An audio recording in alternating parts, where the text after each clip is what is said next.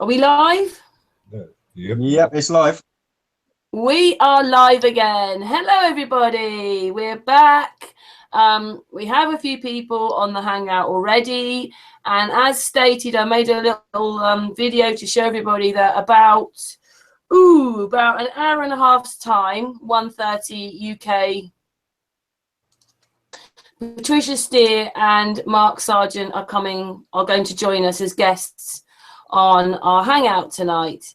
Anyway, so far with us, we have Dee from the UK, we have Ceres from Holland, Patricia UK, Richard UK, and of course I'm the UK. A lot of UK tonight. Anyway, I hope everybody, so how many people's in the chat room then? 7. Cool. Anyway, welcome everybody, and we'll just get going. So, slight different chat to start with. I suppose it's all to do with the matrix, isn't it? Because one way or another, it's all the matrix. But just talk a little bit. I don't know how people. This subject's not for everybody, is it? Series crypto money, cryptocurrency. Cryptocurrency. Richard just wanted to talk a little bit about that. Anyway, it's good to talk about different things as well. We can't just talk about the same thing every single night. But Richard, go on then. Fire off a few things you wanted to say. Hello. Yeah, just a few things I've been noticing. I've been using Facebook more recently, and I've been noticing Bitcoin popping up a lot more. I saw something the other day. It was I can't remember, some sort of post, and it had lines from the Bible. It said, "And he causeth all, both small and great, rich and poor, free and bond, to receive a mark in their right hand or their foreheads." And then the next bit after that that's like the RFID tab thing that they're doing, and the bit after that said, "And that no man might buy or sell, save he that had the mark or the name of the beast or the number of his name." Which for me is, I'm starting to think that they're trying to push this Bitcoin, and there's the Bank of England have opened their own cryptocurrency, RS coin, and now they're on about some sort of one currency, one crypto or something like that. And that to me just sounds like the New World Order just pushing their way into this, because I've known about Bitcoin for ages. Money, you mean? Crypto things for the people, isn't it? So they're pushing their way. Why are they involved in that? In the sense they're trying to take it over. Yeah, I think that's what's happening. I think they're trying to force their way in. If you really see what cryptocurrency itself actually is based on, then you will see that it is actually a human effort, in that sense that you have moved the right to mint back in the hands of the people. And instead of that it is centralized in a bank system, you have actually a kind of anonymous wallet and a world ledger, what you share with everyone. And nobody knows who owns which wallet, but the actual password you have for your own wallet is what gives you your access. And you can pay with what's in your wallet. It's the whole anonymous way of that is kind of that you don't have to trust people in the sense, but only the blockchain, because the blockchain is the actual ledger what keeps track of all the transactions. That you can't spend anything twice in that sense. That's the security part, what's how you deal with money and transactions. But the banks have actually played a game in where they are given the trust of the transaction of the ledgers.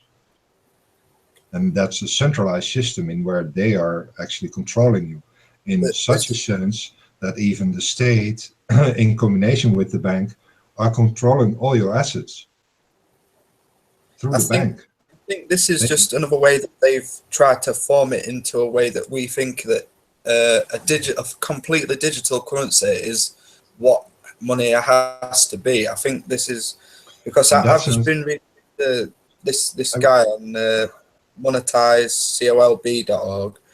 And, well, if you take the difference with what the Federal Reserve already does, it has already 99.999% digital version of what the currency is.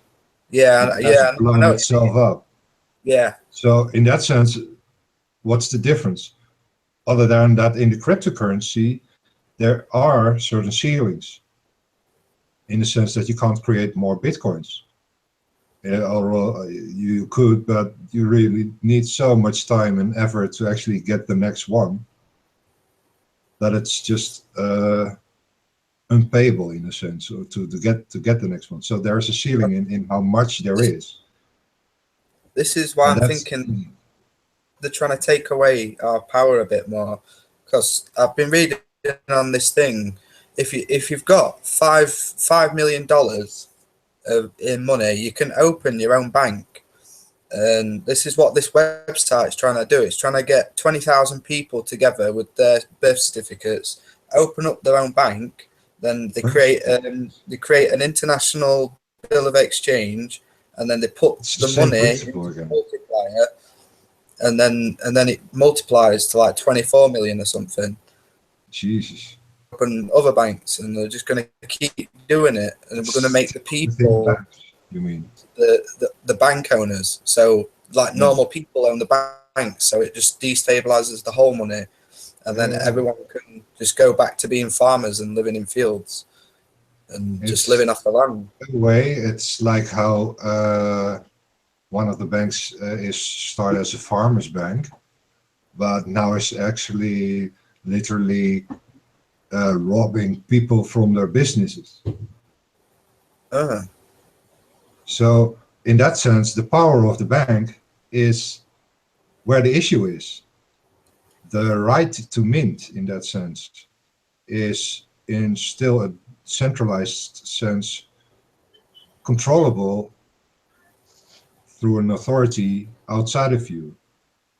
Currency in the decentralized way, and how that works, and how your wallet is anonymously, that nobody knows whose wallet it is, but everybody knows what's in every wallet. Then, you know, in this way, you have an open ledger in where you can keep track of all the transactions, but nobody knows who owns what. In that sense, I know that it's getting infiltrated, though. It's getting infiltrated. The wrong hands again. Nobody has access to your wallet, other than you through your own password. In the sense also that you can just take your wallet with you on a memory stick and just use it somewhere else, and that you can in a way, or with your phone, that you just can in a way pay with bitcoins. There are several businesses around the world in a sense where you already can pay with bitcoins, just for a coffee or an ice cream. Just when there is the power that eventually the businesses are actually accepting the currency as a payment system. I think it's supposed to be happening like this, though. I reckon this has been their plan to make the fully digital currency. Yeah, I think there's even remove the power from the people. Blockchain thing is actually well, so far I can see developed by a hacker who just Satoshi got the idea of how you actually got this anonymous way of keeping a complete lecture in an honest way, that you don't need to have trust in people anymore, but trust in the blockchain, in the principle of how it works, in how the computer system actually works. It is an open source in a sense that everybody knows what's going on inside the code. It's a general, how do you call it? Consensus in how the system is really working. Everybody who's really deep in this, etc. And yeah, there are even created several ways of that. You can even create one for an internal community in how a state or a bank never can rob you from your money by taxation, in a sense that they not even know that you have that money. It's even a cryptocurrency. This thing that is setting up, this is to get free of taxation and to get free of like having a driver's license and having it goes into all the stuff that Dave Murphy like in his first couple of videos that he did, when he did where he got his Audi took off him, but he didn't do it in the right way. You have to be part of a tribe. And then when you're part of a tribe, you put all of your assets, which can be money, cars, houses, literally anything, people, you put it all into an asset protection trust. Because the way the government get us to contract, like the police and whatever, they get you to contract using a trust. It's an implied trust. It's an implied trust that people don't realize. Yeah, that's a kind of fish.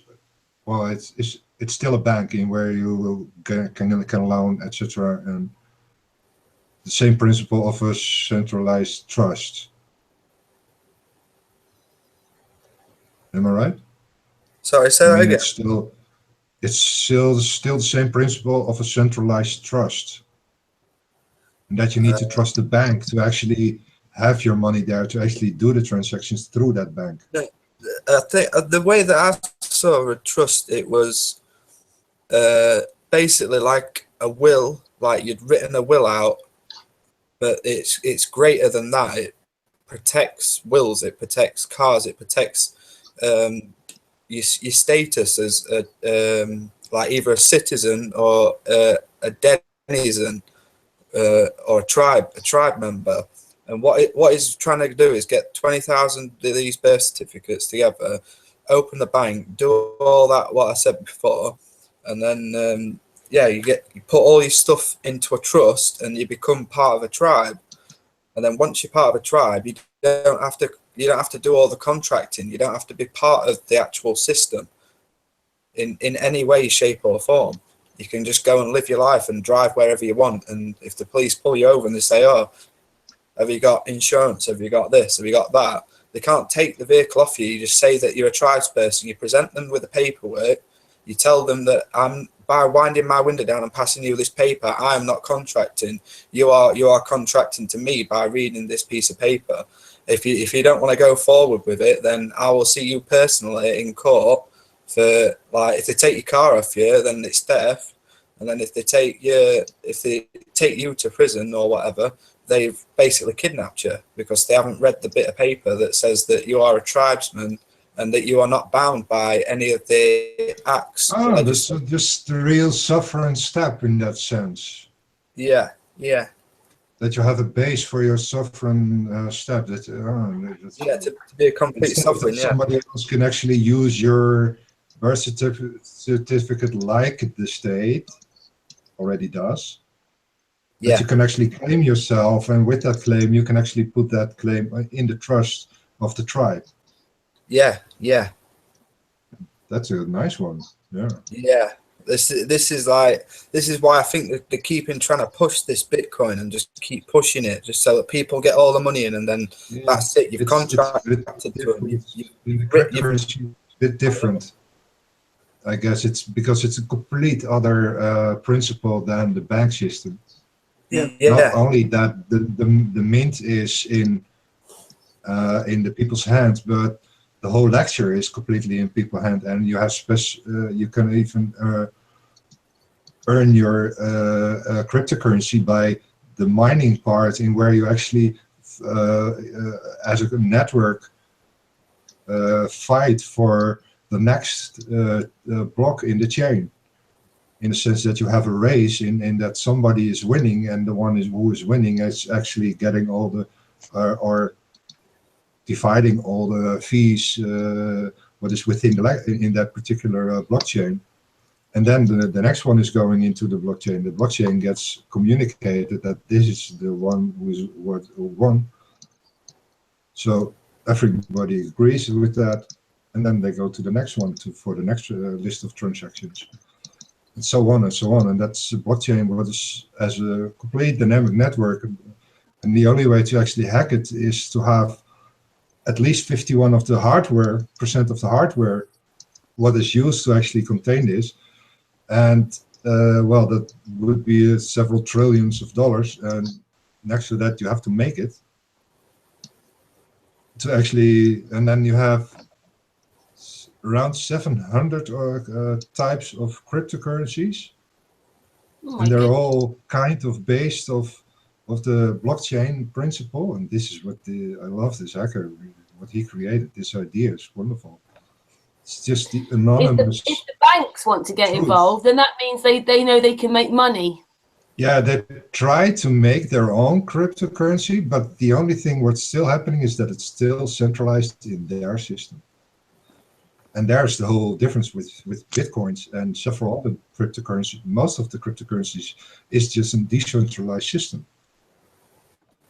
And they try to infect it with the centralized system, of course, to kind of have an influence. But those values are very low if you see the market itself. Well, I was going to cryptocurrency exchange market. I was going to say, so if Richard wants to pop a link to that tribe, because you put a few links in the past couple of times you've been in, Rich, if you want to stick a few more links in chat while you're talking about it, and people can go and check this tribe stuff out for themselves. Yeah, definitely. So just what I want to say is about the cryptocurrency, and especially in combination with the tribe idea, is that you actually can use cryptocurrency within that system, because then you have an individual transaction system without anyone actually seeing in this. Not that you have to rely on the bank. Exactly. Yeah. You don't have to rely on the bank as well. The cryptocurrency is actually the perfect thing for what we are can use as a tribe currency in that sense. Yeah, it's about being able to create our own currency, not currency, but credit. Sorry. That is the typical thing of what they say about what a banker says. Give me the right to mint, and I don't care about laws of any country. Yeah, we have the right to mint through the normal regular monetary system. We just didn't know about it. This is like the new information that I've been coming to. It's it's amazing, really, when you start listening to the stuff that they're doing. It's about opening your own banks, getting everyone to open their own banks and make their own credit and make their own money. Yeah. Have a credit score. You can just say, I'm already part of this bank. The person who owns the bank knows me, so they're just going to pay me the money anyway.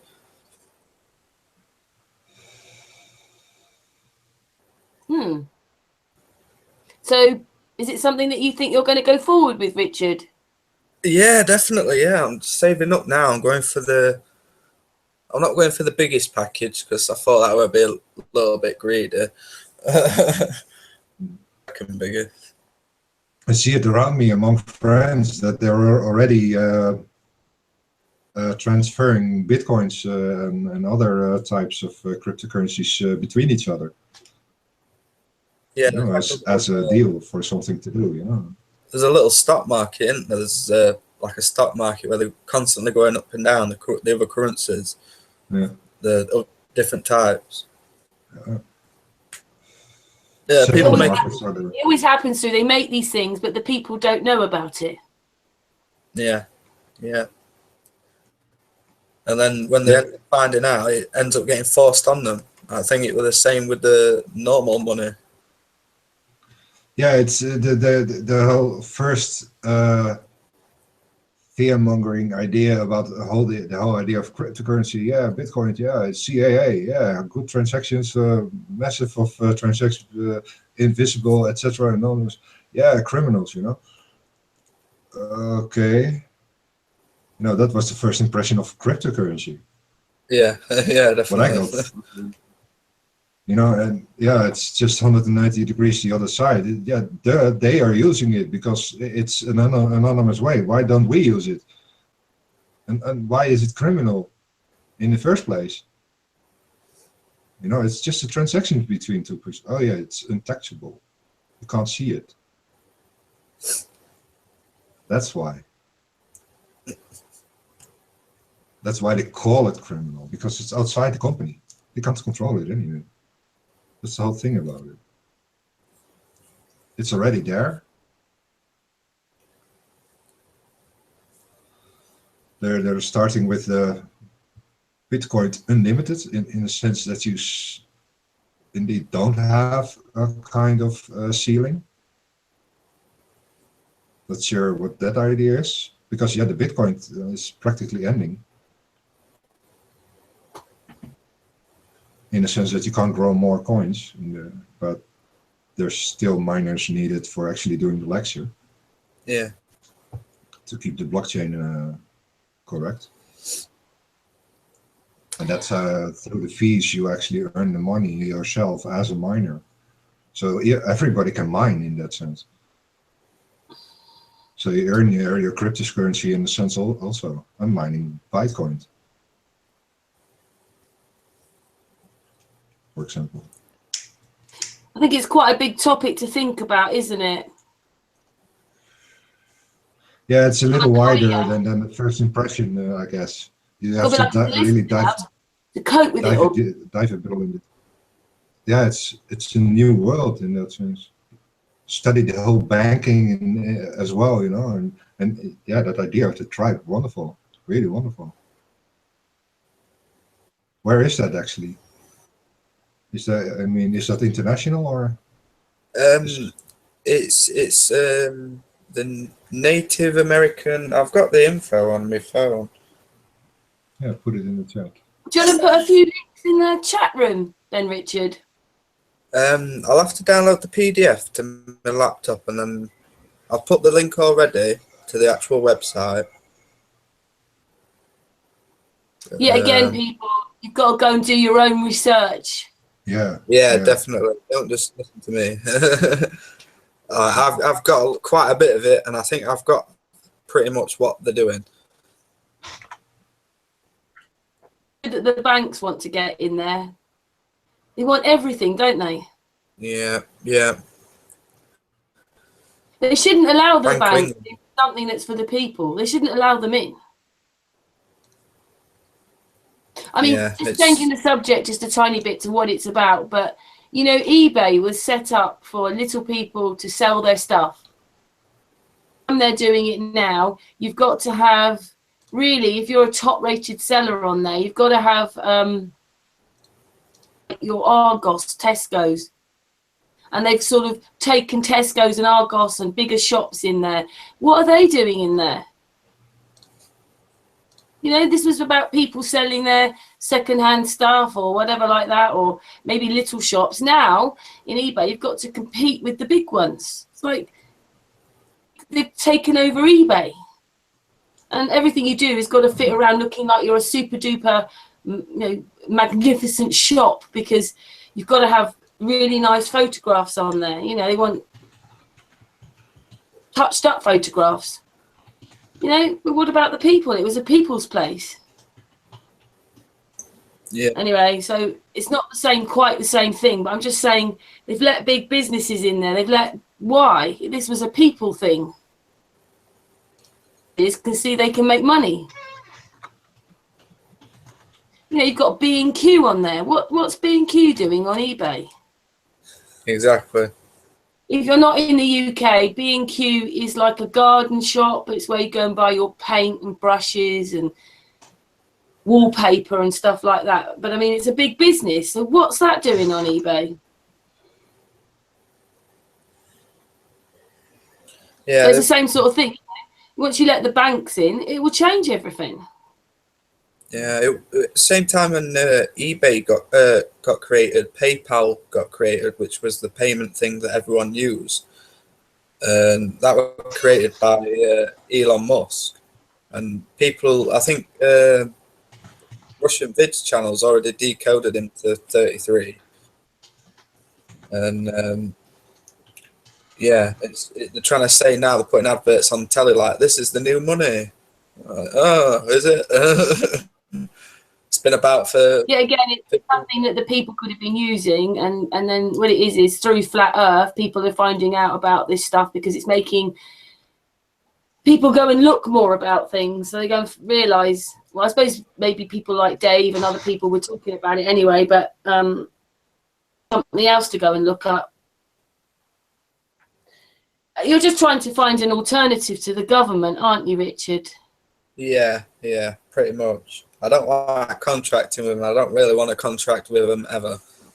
When my mum signed that birth certificate and passed it on, then that was it. I would dead. I would declare lost at sea. I don't want to be lost at sea. I'm alive. It's really awful that we're all lost at sea. Yeah. Great topic to talk about, and it's probably one that we'll touch on other nights, but we've talked a little bit about that now. Well, just another thing before we finish, though, Karen, is you've got to remember, I mean, yeah, we may all be dead at sea, but it gives us an advantage over the system once you realise that, because then you can beat the system. Because once you know the system and you know they need your consent, then all it is a matter of withdrawing that consent. Yeah. Just as long as they don't suddenly change the rules once the people start realising. Yeah, if you get into a tribe, you don't have to consent to anything. You don't have to contract to anything. You don't need a driving license. You don't need any sort of license. You just claim your God-given, inalienable, inherent birthrights. In a sense, a bank would be handy to save those pages in you. Sorry? A bank would be handy to save those pages in, at least if you have the key. Yeah. The only annoying thing is that if it suddenly takes off and more people do this, they'll probably find some way of ruining it. Yeah, I think that's where they're going to start bringing people taking responsibility for themselves or sort of skirting past all them. They'll just... In a way, what I understood about how the flag itself works, for example, UTC system in that sense, that when you actually put the intention on the flag and stick your paw on your company, it is actually legal what you're doing within that concept. It doesn't matter if you're actually the pirate with the head and the two bones. As long as your intention is on the flag, it is legal. And that's within your own corporation in that sense. And yeah, that's how they actually do this within the corporation of the state as well. Everything what they do is legal. It's some lawful issue is never talked about in that sense. But. It's there's something to do with charities and foundations and like schools and stuff. They've got the same sort of thing that they can do that keeps them protected and lets them generate money and generate income and generate credit. They seem to fall into this same sort of bracket. Yeah, I haven't really got through all of that bit, but there's a lot of information. I'm just trying to absorb it all and then pass it on.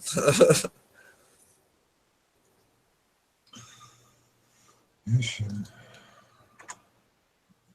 Weird thing with the what is it? The YouTube chat keeps disconnecting. Yeah, I don't know whether it's people that are using PCs or not, because I'm on a tablet and I'm not having any trouble at all at the moment. So I'm just wondering if it's PC users. Yeah, it seems to me. Mine was fine yesterday, and I'm on a PC, so I don't know. My computer keeps disconnecting me from the Hangout anyway, so I'm just not going to say anything. Oh, don't say that, Patricia. Hey, Patricia, there's going to be 2 Patricias on.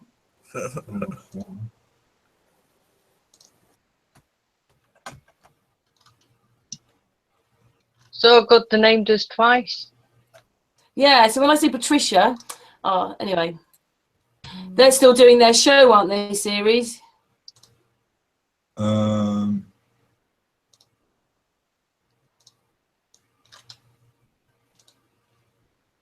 Yeah, so far I see only those two.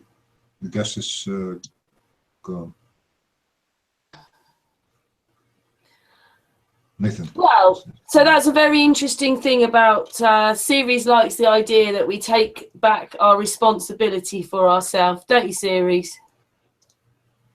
Yeah, that's the whole issue of your personal freedom to begin with, and then as a community together.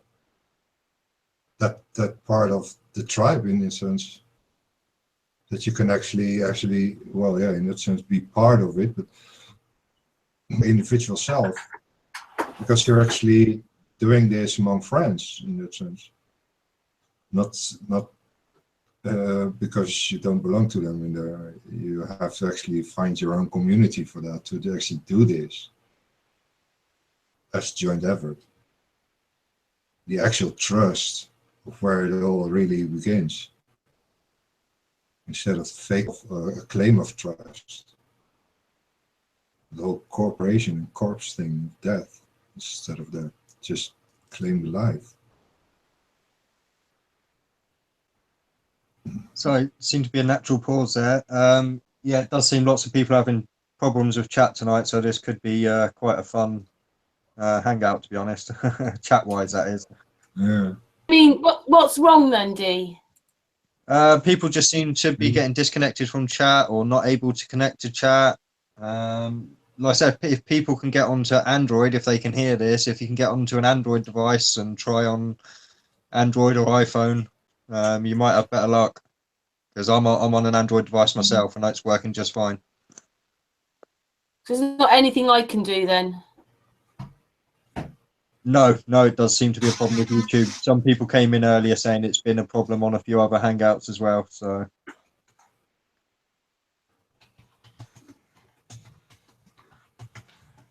mind you, it was going a bit mad last night, wasn't it, Dee?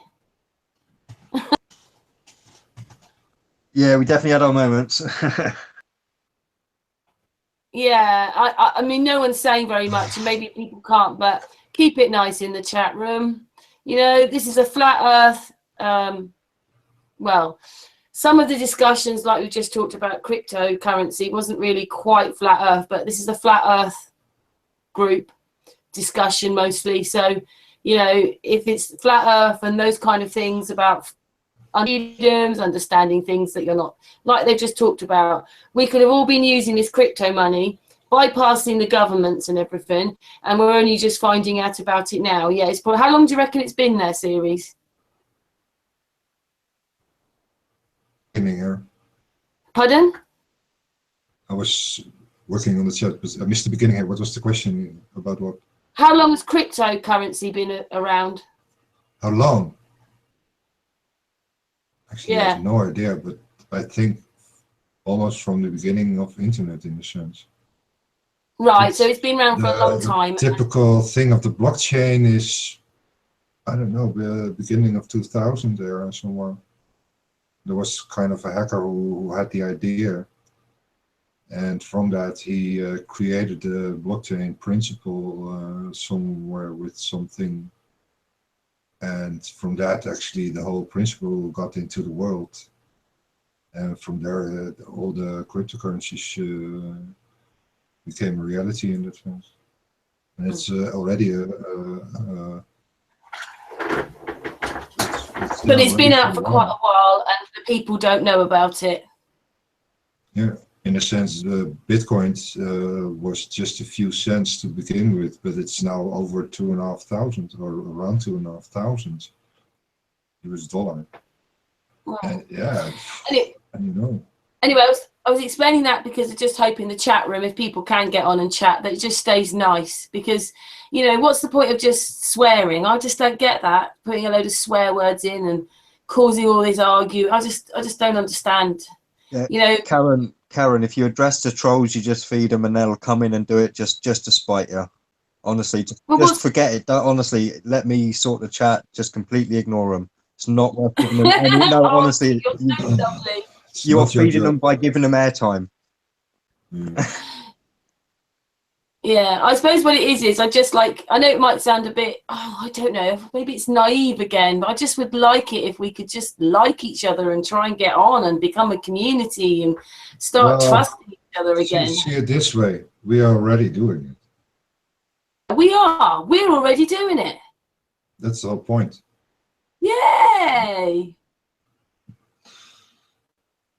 I mean, another reason why we've gone live, isn't it? Because we've been doing this kind of stuff in our group for quite a long time anyway.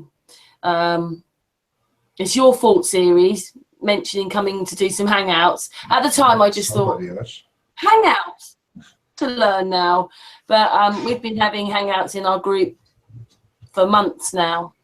So that's what we wanted in our group, wasn't it? To try and create a community and get to know members of our group. I mean, can't get to know everybody, I know, but you know, we don't argue with each other because we already understand that we need to respect each other. And we don't understand everything. It's the road of the humble feet, and not everybody can keep up. But yeah, we give everybody a chance in that. I mean, everybody needs a chance in that. Actually, it is a little bit annoying that the chat isn't working, series, because, you know, sometimes a few people jump on from the chat. And as we've got like about an hour till Patricia and Mark come on, then we could have had a bit of a chat with people, but I can't see the chat moving at all. No, you have to refresh it the whole time. Yeah, we've got our winning chat. We've got that artist Liberalis. And Billy. Billy, I was going to say Billy's in there. Brandon Cook's in there. Marilyn was in there earlier. Cosmic Cat. So you can see people writing then? I can. Yeah, I don't seem to be having a problem, but I don't want to, what's the word, jinx myself. Oh, it's there now. I can see it now. Yeah, and then you get disconnected again. It's just 5 I suppose people will just have to...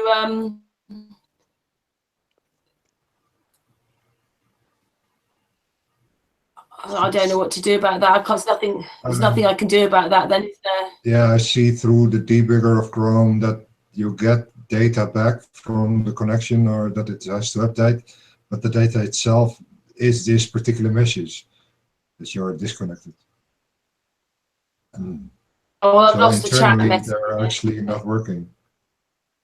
Yeah, there it is back again now. Working. It's not our connection to their servers. Maybe you could ask the chat if they've got any questions, Dee. Maybe we could start with the question thing tonight. Does anybody, because we've got Series here and he's, you know, he's our research leader. Well, you are, aren't you, Series? Dee, do you want to ask any questions in the chat? Yeah, I'm just writing a message now. Yeah. Obviously, maybe some of people in the chat know us, but we already are a search group. And yeah, so we're already researching and have stuff. So it'd be good maybe if you've got a question even about flat Earth. Yeah. I'm gonna look at some of the questions. Hang on. I have to put my glasses on and stuff. I'm just gonna go over to read.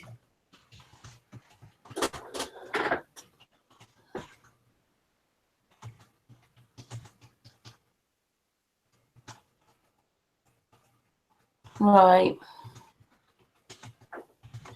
Well, is there any other things that anybody else wants to talk about while we're waiting for I'm going to say Brandon Cook's asking, where do I live? Oh, right, the question. Series, where does he live?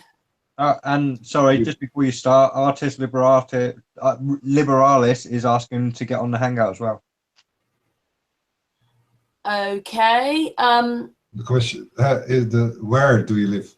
Question is, do you even live? Are you alive?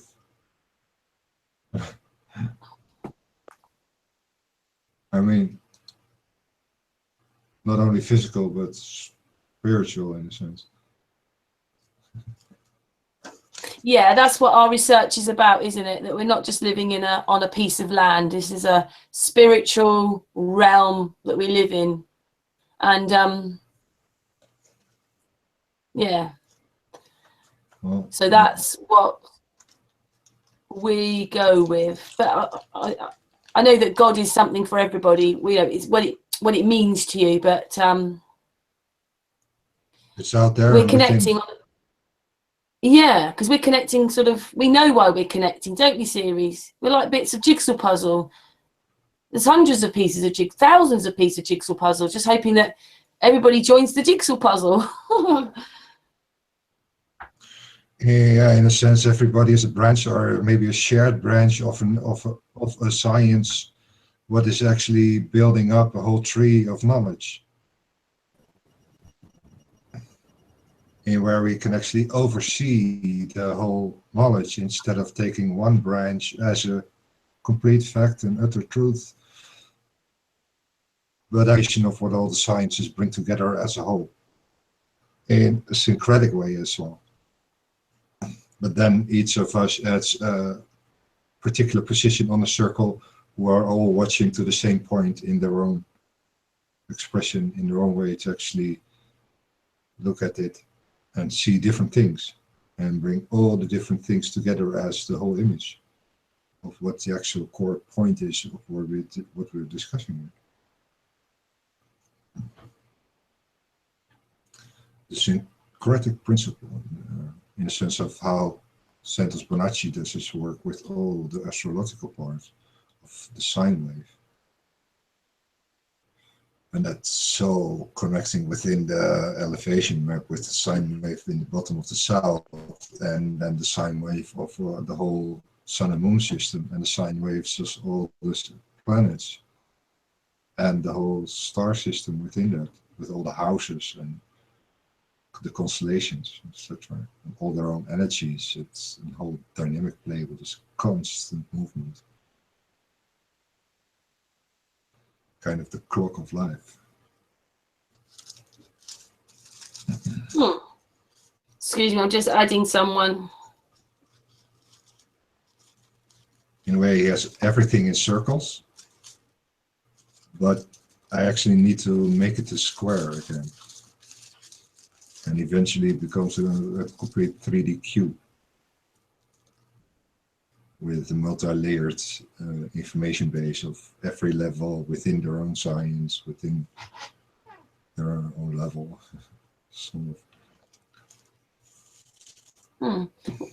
Richard, did you have any more questions? What are you doing? He's eating a lolly. Sugar, fruit sugar. You may help, actually. Sorry, I went for a smoke and then I've come back. What are you eating there? It's a lolly. It's a stick of poison. It probably is. Nah, lots of magnesium and chalk in those sweets, though, at least. So. And hi, Gary. By the way, I see you popped on a second ago and sat there quietly. How's it going, mate? Oh, Gary, yeah. Artist is on and Gary's on. Hi, Gary. No, Dutch. Hi, everyone. Hi. Hello. Hi, Gary. Oh, still a little hollow sound. Yeah. Is my mic working better or not? Way better. Yes. No background noise. No, I bought a new mic, and what I also did, I have wireless headphones, and I also hear that was also interrupting the mic, but the mic was bad, so I put in headphones with a wire on them and another mic. So. All right. So you have no background noise? Completely not. It's silent. Only your voice. Okay, that's Yeah, Artist, is it okay if you stay on till 1:30? yeah, that's fine. Cool. Well, we've been talking about, obviously you might have heard it in the chat, we've been talking about cryptocurrency. So anyway, so maybe people could go and look into that for themselves. Theories has been doing it. Richard's been doing it. You know the Barnon 11970 channel, maybe? he talks a lot about crypto and fiat currency. And that's Barnon 11/9/70. That is his birthday. And he talks a lot about fiat currency and corrupt currency. And also talks about that if you want to be safe, you can buy silver coins and have them as a backup for a rainy day. And that's what I did. I know somebody on a local market that sells old coins, old silver dollars. And he sells them to me for only the weight in silver. So that's very cheap. So I now have a backup collection of old coins from around 1930 to 1960 as a backup, because you can always exchange them again for fiat currency. Really? What, even now? Yeah, old silver coins, and they made silver coins, I believe, till the 1968.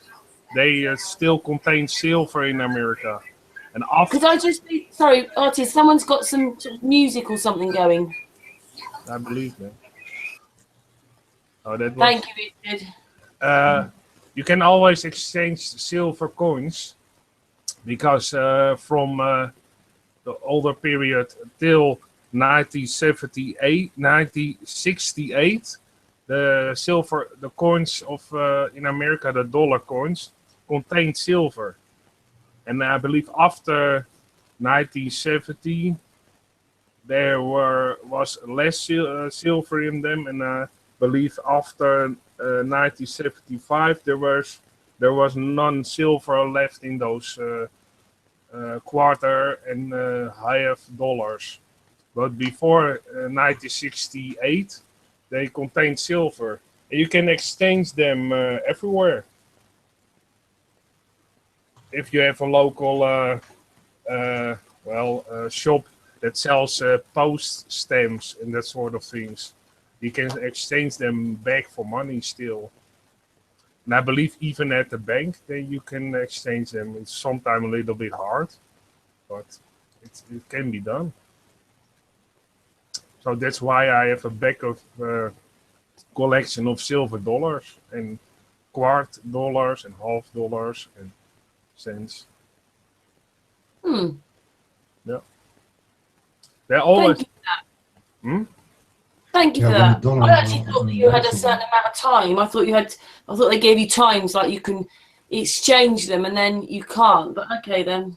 If a coin is made of silver, it contains amount of silver, you can always exchange that for the price of silver that it's containing. Always. That's the thing with silver and gold. Yeah, and the worth of the coins, in a longer time of period, only goes a little bit up.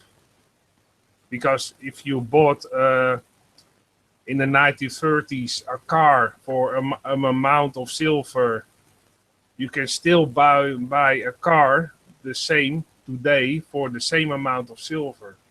But if you have banknotes from that time that are still usable, you can't buy the same car for it. So the paper money devalues, but the silver coins, old silver coins, keep their same worth. It only goes inflation. Inflation. Yeah, well, the silver course also fluctuates a little bit, but that's not as much as the inflation of the paper money. No, it's an actual thing which you can trade with. Yeah, that's why in almost all the civilizations before the Second World War, most of the coins were from silver in Europe, in the Netherlands, in Germany, in America. They always say, and if you melt down I wonder if you can actually buy and sell gold with cryptocurrency. Yeah. And cryptocurrency can actually be measured with the value of gold or silver. Yeah. And that you can translate that transfer between the two. Yeah. So that's why I have all silver coins, because you always have a backup. Because now the banks, I saw that on the news today, that the banks,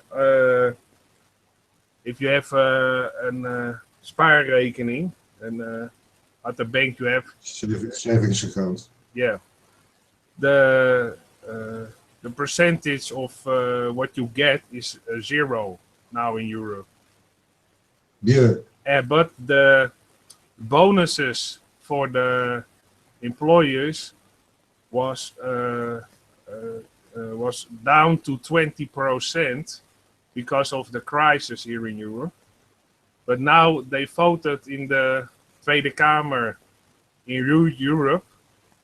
They voted that it's again 100% bonus for all the banks.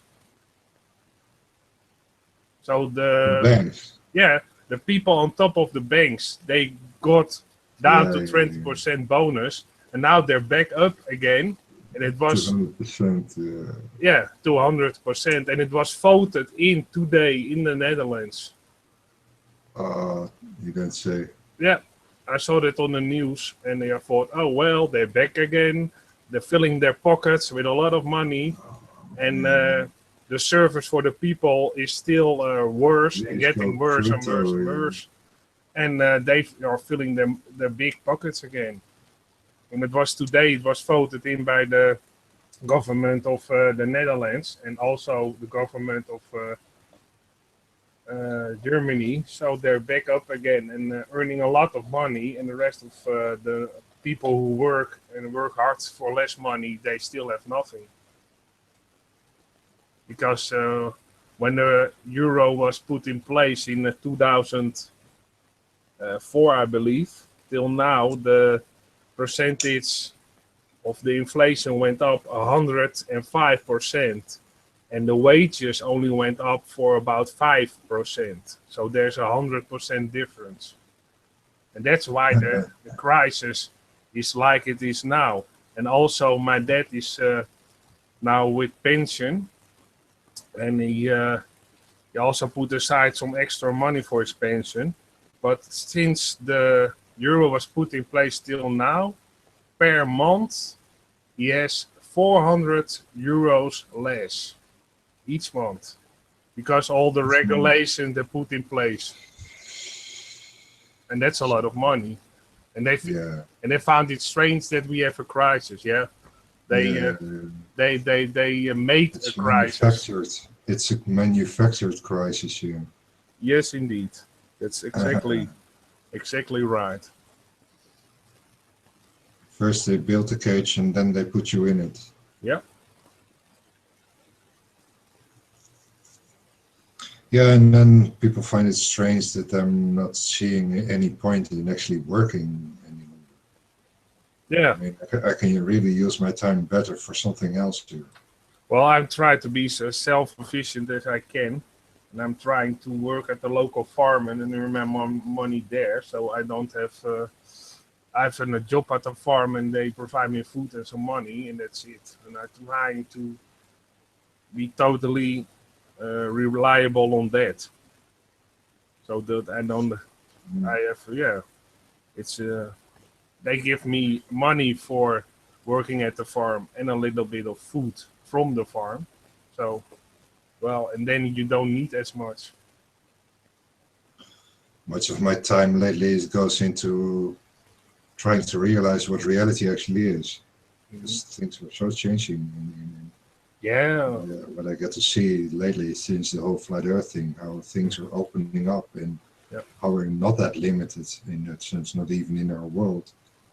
We're in a realm. There is beyond. I'm not sure how we get beyond, of course, if it's necessary to go beyond. Or well, it's a learning useful. It's a learning process to get beyond. Yeah, in the only actual beyond is from your third eye and actually look with your pineal gland into that realm because it's there. And it's your individual experience there in what actually is your own development in realizing who you are. Yeah, exactly. It's a journey to find your true self. And if you are in peace with yourself, then you can go further in expanding your vision and your mind. Yeah. But what the people first have to do is love themselves. Because a lot of people, that's the first step.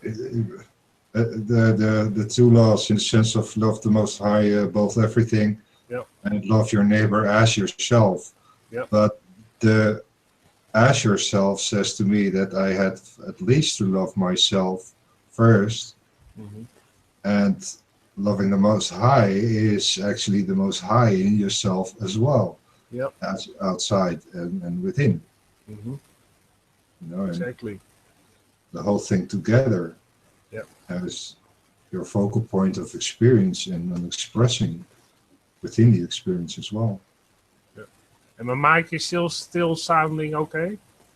Yeah, yes, it is, which is great. All right. Anyway, can we just say Gary? Gary, hello. Gary, what have you been doing? Gary. Where is Gary at? Gary, he's taking his microphone off. Gary. But no sound. No sound, Gary. He took his mic out. No. It's not. Now you mute yourself. That's another thing. Yeah. All right. Now is he unmuted?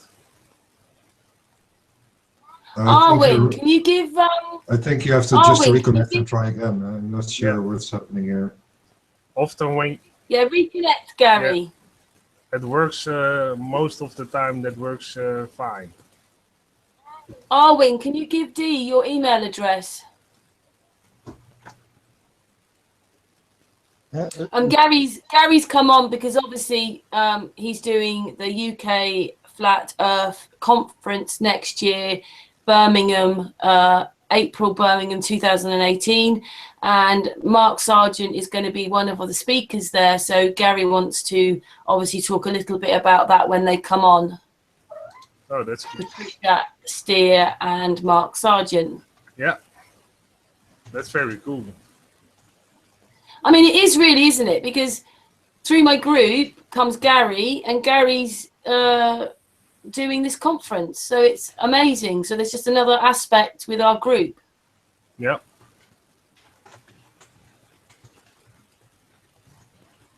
But he's got to rejoin. So, yeah. How's the chat going, Dee? Because I can't see it moving. It says unable to connect. Try again later. You have to refresh with F5 all the time, and then you can see the latest chat things. Yeah, I mean, if anyone's got a smartphone, just use the YouTube app on your smartphone because that is working fine on people's phones apparently. Yeah. Or if you've got a tablet. Indeed, Billy Sundays said the chat is working fine on the mobile phone. Yeah, and I've been on my tablet all night, and that's Android as well. So, still no audio, Gary. Oh no, yeah, now I hear you. Hello, Gary. I was actually trying to say hi, everyone. I'm here. I wondered why you've been so quiet. Welcome back, Gary. Hello. Yeah. What have you been doing then? I've been trying to set up a Facebook account for the convention. So, and Dee's going to help be the administrator for it, aren't you, Dee?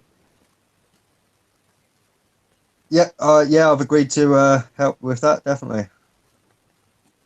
Cool. I'm just trying to get things organised slowly but surely. I'm going to get Dave Marsh to give me any information now. He's not delivering. He was in chat earlier, so next time he's in chat, I'll talk to him about that then. He is coming on Hangout on Sunday. On Sunday, we've got Darren Nesbitt and Dave Marsh coming on, and there might be someone else with us, the group, Sun and Moon group, to talk about square flat Earth. Okay. So Dave will be there on Sunday. I'm sure if you wanted to pop on and just have a quick word with him, then before we get into things, Gary, that'd be all right if he hasn't come back.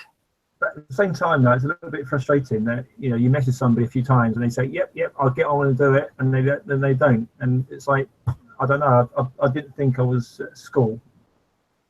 I know, but we're all busy, but this is your baby, isn't it? And you just want all this information because you need to continue with it. But then I'm doing other things. But I understand, because obviously I run my group and stuff, and I'm doing the same kind of thing.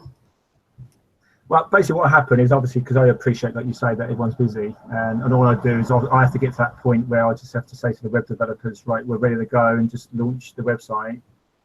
Whatever information is not there, it's the way it is, really. The time before you do that, haven't you, Gary? Well, the web developers, there's the point where I've got to actually say to them, right, that's it, I'm finished. I know everything I want to give you, I've given you. Then they've got to write the code. So they need to know all the data, all the information. I don't know if anyone does web development, I don't, but they've got to write the code for it based on the layout. So what I'm trying to do is give them as much information as I can, and then it's down to them. So, Do you want to explain a little bit about what you've changed? Well, you've changed a little bit now on Friday, haven't you? I can, but the issue is, if I say it to Patricia, that means everyone's going to hear it twice. So it's up to people if they want to hear it twice. Okay, then if you want to wait then till they come on, then go for that. Then wait till they come on. It's going to get a bit tedious for people otherwise, isn't it? Yeah, but it's still good that you can talk about this happening, because it's happening next year, and you can explain a little bit about where you've got to, sort of thing. It just try not to repeat myself. That's the only thing, Karen. I can do it, but it's just that people will be hearing it twice, an hour apart, so it's going to be boring. I mean, one thing I can add is just to let everyone know, I'm going to set up a private Facebook group that if people pay for a ticket, they will then get access to a little bit more information that's not going to be on the website, and that will then link them to the Facebook group, and on there there'll be people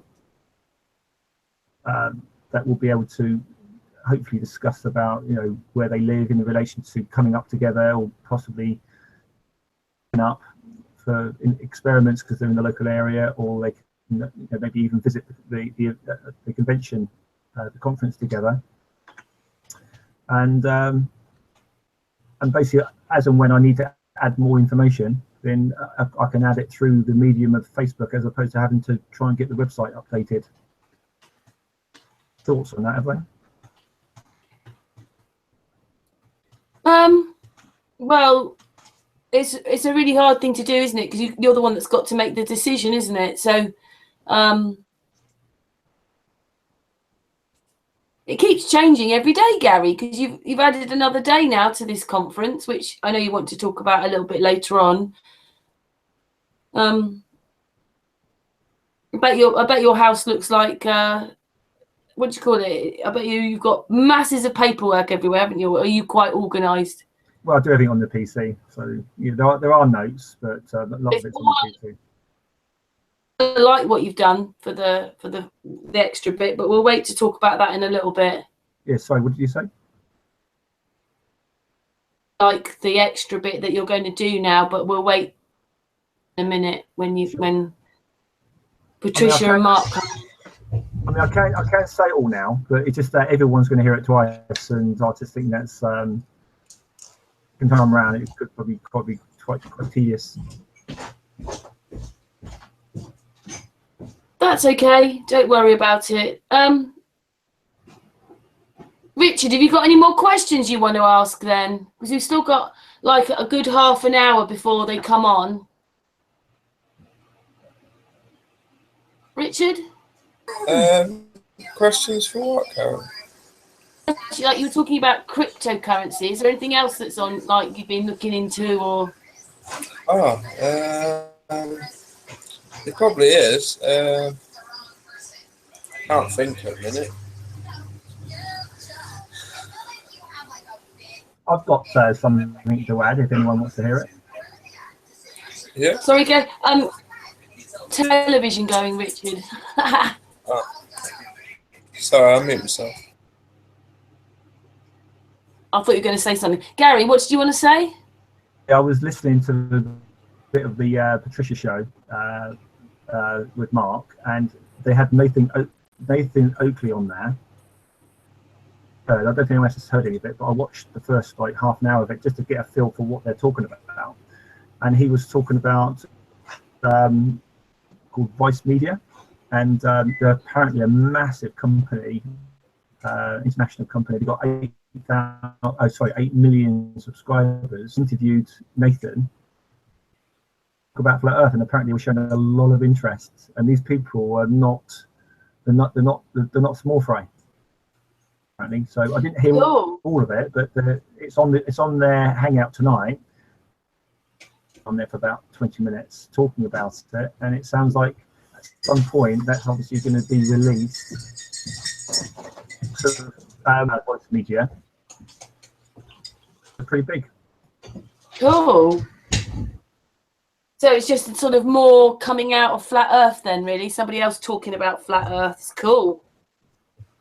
Voice Media approached Nathan and said that we would like to interview you. So to Lola and Mark and a few other people to say, look, a really big company. Any advice? They gave that, and then he went to Palace today or yesterday, I'm not too sure which, to actually be interviewed, and they were asking a lot of interesting questions and showing a lot of interest. It would be interesting to see where that goes. Yeah, it would. I mean, I think a lot of us have felt a bit frustrated, haven't we? Because it's like, you know, all this stuff, and then you're sitting here and it just looks, it'll never come out, it'll never this. And hopefully now with all these things that are happening, you know, like extra meets that weren't happening last year, like the Leamington Spa one, like your conference, Gary, like the American one, it starts making it real. I mean, in the public out there, it starts making it real. Just 1 second. Arwijn also asked if he can get in the Hangout with us.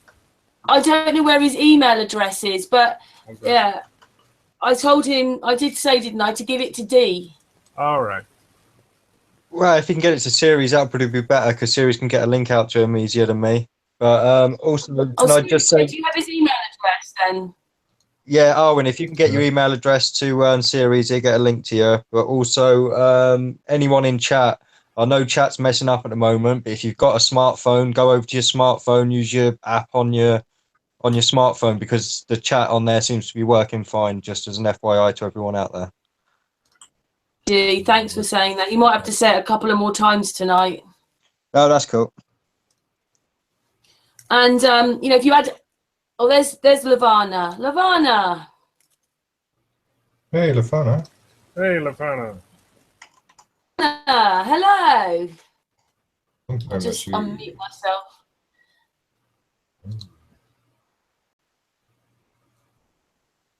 Lavana, how are you? Haven't seen you for a while. Lavana? You've got to unmute yourself, Lavana. Somebody's gone. Yeah. Patricia. Lavana, can you hear me? Flat Earth calling Lavana. Bad connection. That's something. Yeah, you're muted, Lavana. It is moving. Okay, there we go. Yeah, that's yes, I'm here now. Oh. Sorry, got the audio figured out now. How's it going, guys? How's it going, Lavana? You okay? Very good. Hi. How it's going? Lavana, we have an extra person on here, Artis, who's been on the Hangout, and Series is trying to add Arwyn But I don't mean to be rude or anything, Arwin or Artis.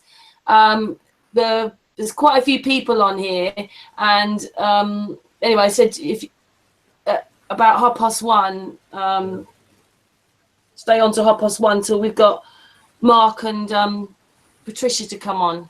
Yeah, I understand. So if you don't, two guys tonight, because obviously we kind of arrange these in our group, these hangouts, so I know how many people are on there, so doesn't it? But you know we'll have you back, Artis. I know, and you explained it in a nice way. Oh, thank you. I have no problem. And I'm so pleased about your microphone. Sorry? That bit I'm really pleased about. Yeah. Last night we had a bit of a buzz from Artis. Yeah. Anyway, Lavana, how are you doing? Like a horde of bees.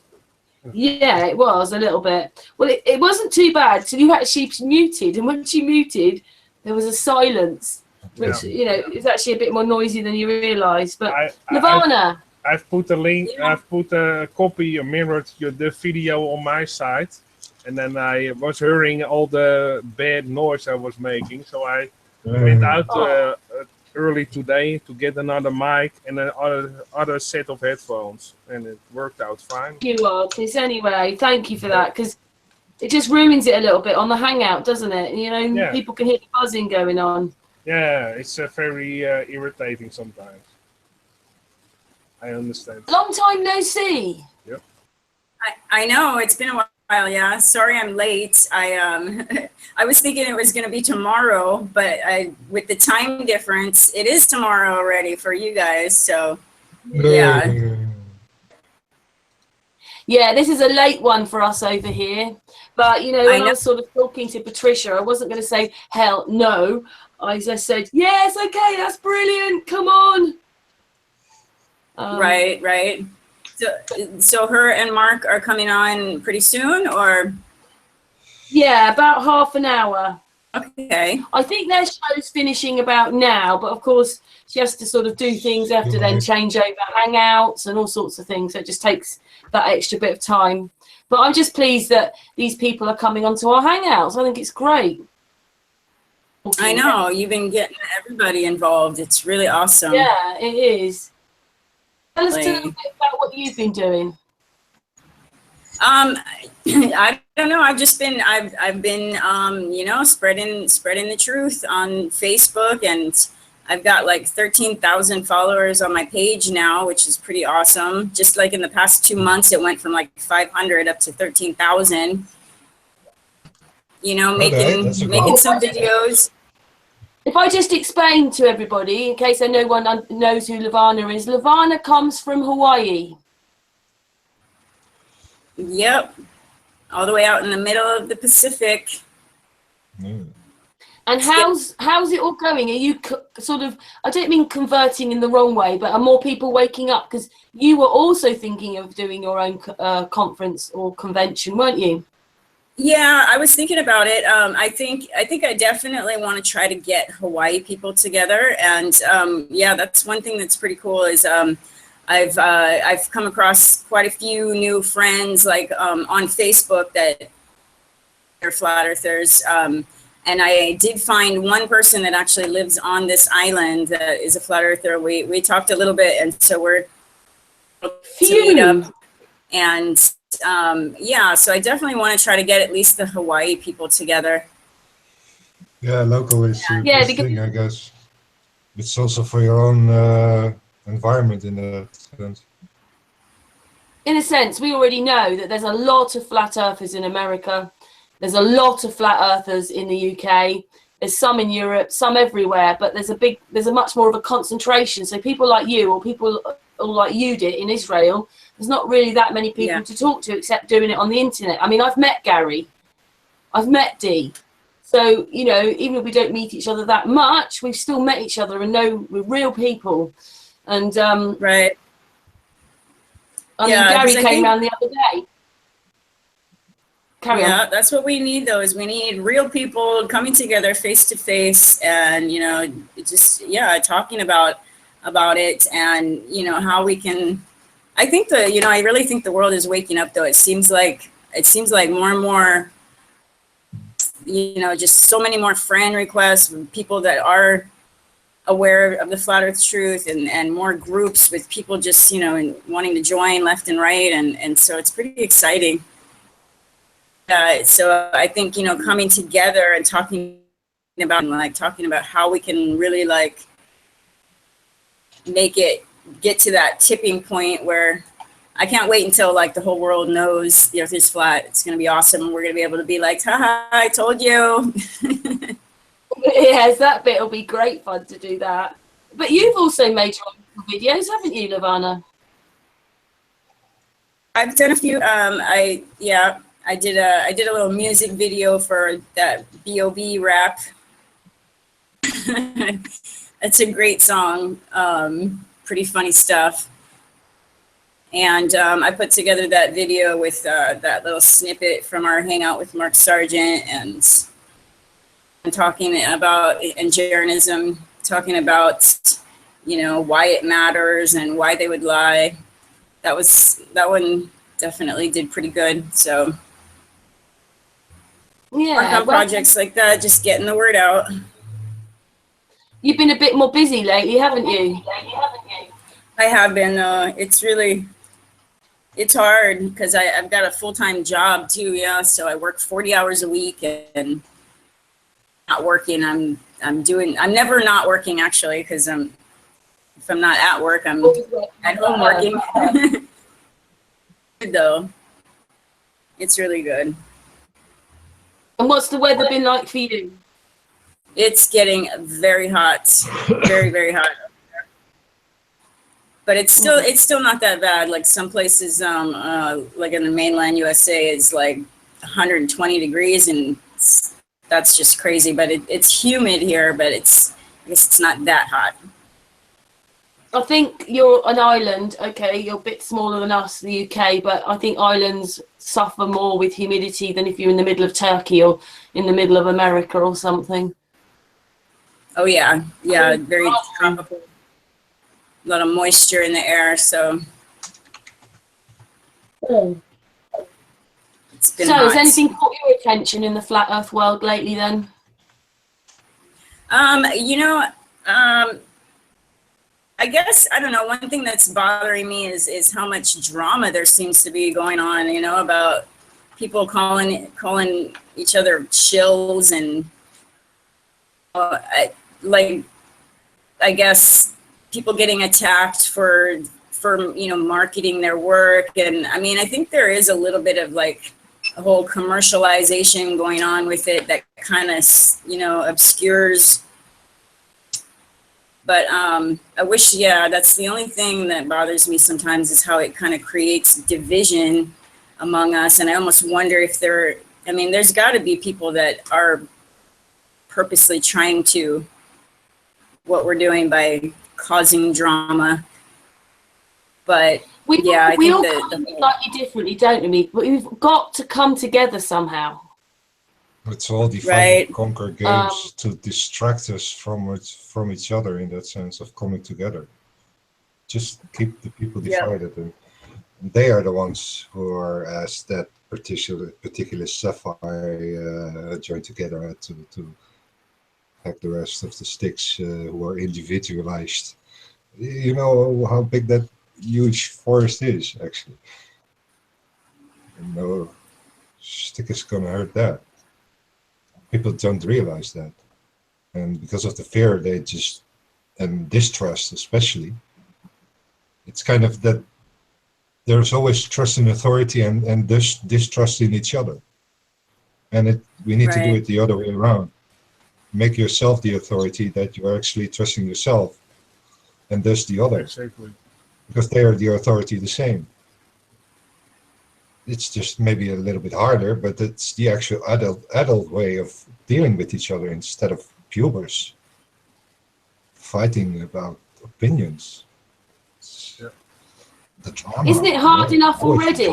Distracting. Isn't it? We don't need to be infighting. You know, I thought opening up to understanding that we lived on a flat plane would make people not make people just want to carry on arguing, but now we're arguing over something else now. Yeah, always the arguing. Hey, Arwijn. Arwijn is in Hangout. Hey. Arwin's from Holland. He doesn't live that far away from Ceres. And not a phone. Arwin, we've got Lavana here from Hawaii. Obviously, me, Dee, and Gary and Richard are from the UK. You again, Germany? Yep. Spectrum there of people from around the world. Shoes on. I mean, yeah. No, his socks. His socks. He's putting his socks on. Then his shoes. A little bit dress up TV by Arwin. She's got daylight. It's dark here. Yeah. I know. Yeah. It's like midday here, 2:15. Okay. Hot as hot can be.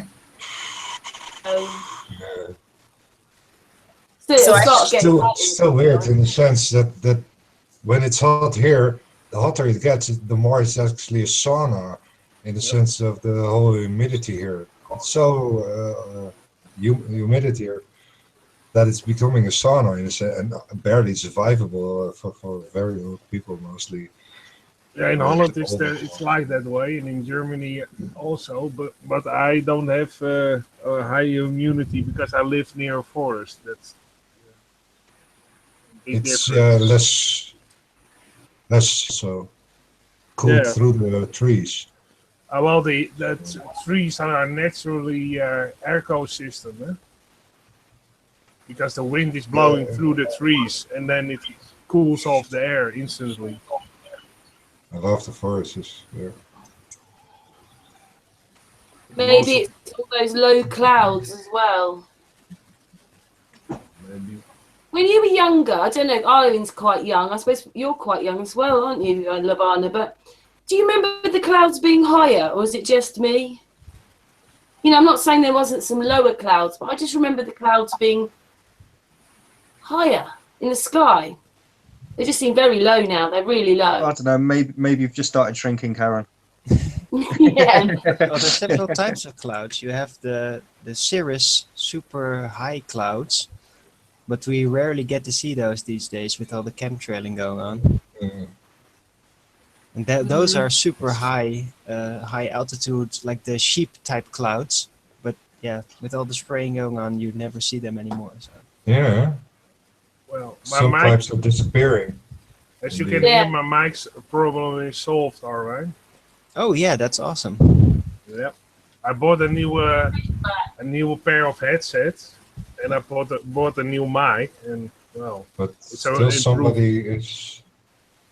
I'm gonna. Arwin, I've said it to artists, but yeah. Oh. Mark and Patricia come. Yeah, they went offline at their stream, and they mentioned that they should be moving over as soon as they have. There's not enough space on this hangout. Artists and Arwin have to go because there's about 9 people on here. Really? Oh. And it can only be 10.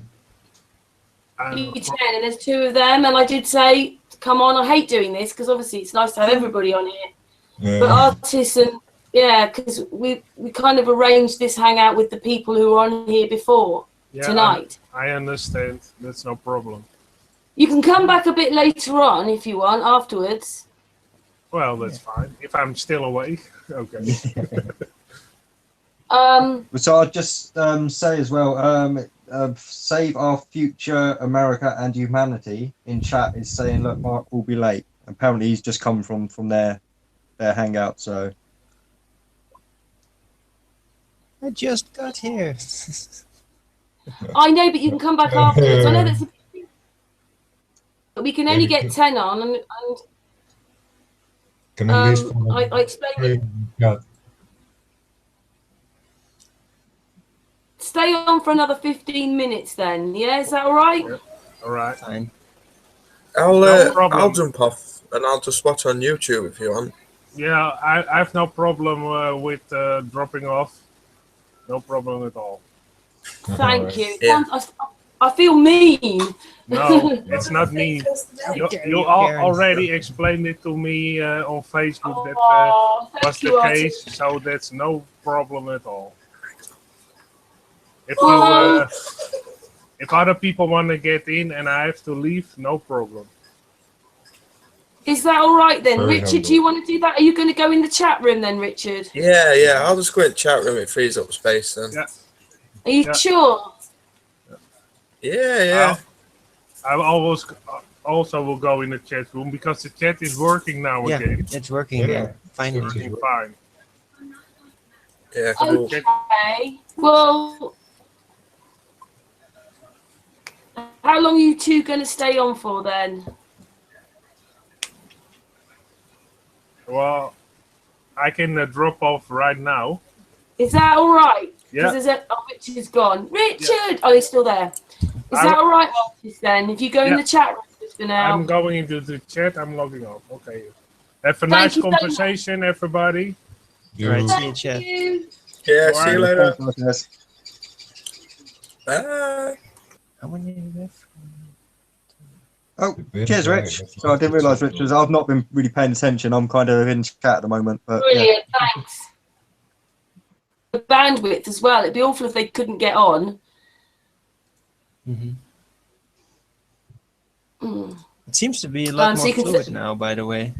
Yeah, let me just check the chat room going around. Mine's still, mine still says not connected. I'll just keep a little bit of an eye on it. Maybe refresh again. Huh? Yeah, you need to Refresh refresh.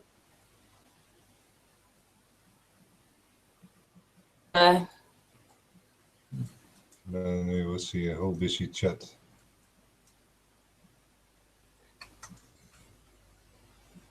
So have you got anything to say then, Arwin?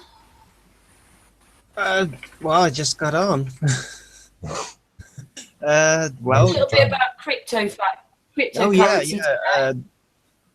yeah, that stuff is very interesting. There have been some videos going around. There's also this bubble apparently with what's it called? The typical cryptocurrency that's been around for a while now. Bitcoin. Yeah, Bitcoin. So there's some issues with that going on. But it's still because of centralized investment. It's basically because the owners invested so much of it themselves. They took it all. Yeah, they took most of it, and that's now like causing sort of a bubble activity. But there's other cryptocurrency also going around.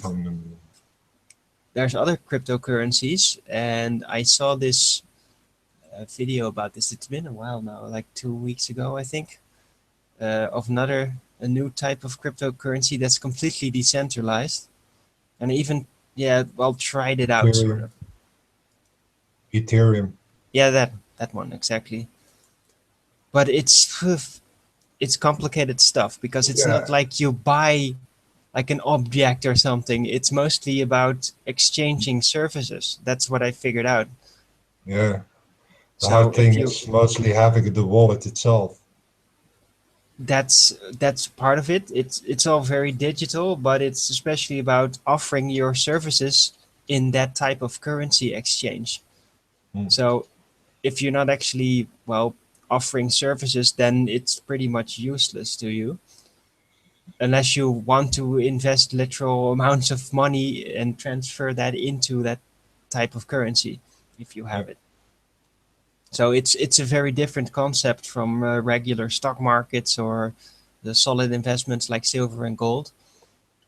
But it's very interesting stuff, and especially if you're into programming and everything, it can be pretty heavy to get into that if you got your connections. Got Martin in the chat room, by the way. I just wanted to say, Martin. Leaky. Yeah, apparently I was corrected yesterday. Well, the chat's moving nicely now. People are getting in line. They heard that Patricia was coming here probably, so they all moved over.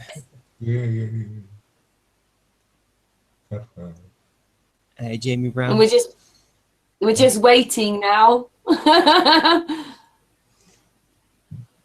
Changed very quickly, really, because we went on the Patricia show and I asked her if she would come on ours, and then it just said, I'm busy this day, I'm busy that day. So I just said Monday, I said Wednesday. And so it happened very quickly. Cool. Yeah. That's nice. Yeah. That she'd have time for that. But she also wants to move Flat Earth on. And, you know, like I realized the other day, because one of the people in the chat said, are you going to come and speak at the meet? And I was thinking, well, I have a lot to say and I can talk about some things, but I'm not as a researcher like Ceres. And maybe some of us can help in other ways by communicating, getting people to talk, stuff like that. And there are certain people who research. So to help, which is great. Yes, he's always helping everyone in Flat Earth. So, hey, by the way, sorry. Oh, carry on. Yeah, I've been looking around, well, basically my friends list. Have you ever heard of this Awake Souls guy? Because I had him on a hangout a while ago. Yeah, don't mention him. Don't mention him. No, honestly, sore subject. Sore subject. What? Awake Souls. Do you know something? I'll say it, even if Karen won't. They were knobs, basically. Oh yeah, yeah.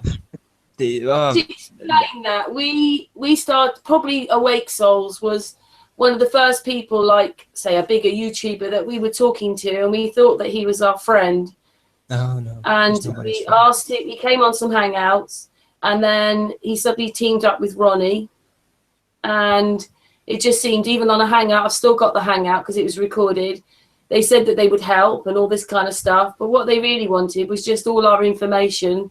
And they got Q&V to hack into our website to try and take all Ceres' data. What? Really? Wow, that is messed up. I had no idea. And I've got the video which has Jason Awake Soul saying, I told him to go in there. Yeah, to check it out.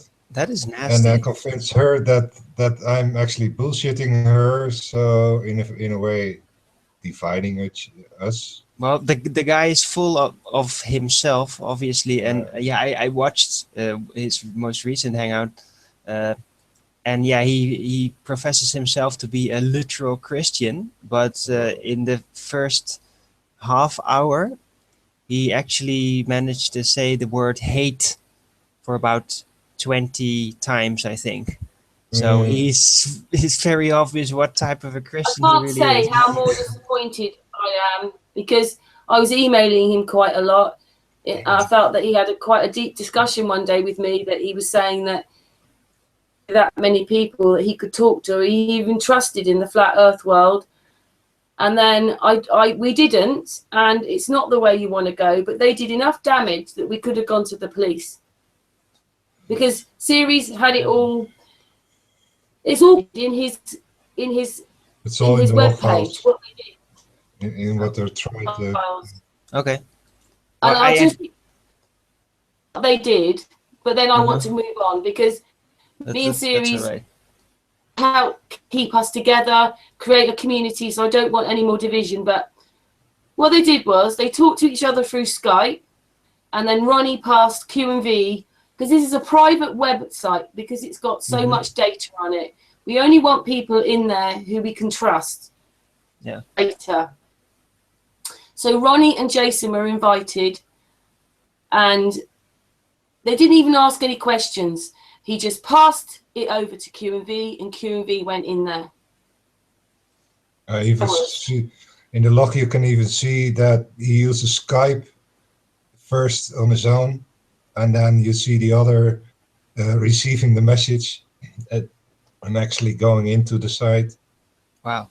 And I had no idea. Try to do several fake hack attempts, in a sense, and then actually use a kind of bot to scan the whole site on links to anything in there, I just don't work like that, and my system just doesn't allow anything like it's that. just within- incredibly rude. I have the hangout where Jason's telling me, and Series has the proof because it's on his program.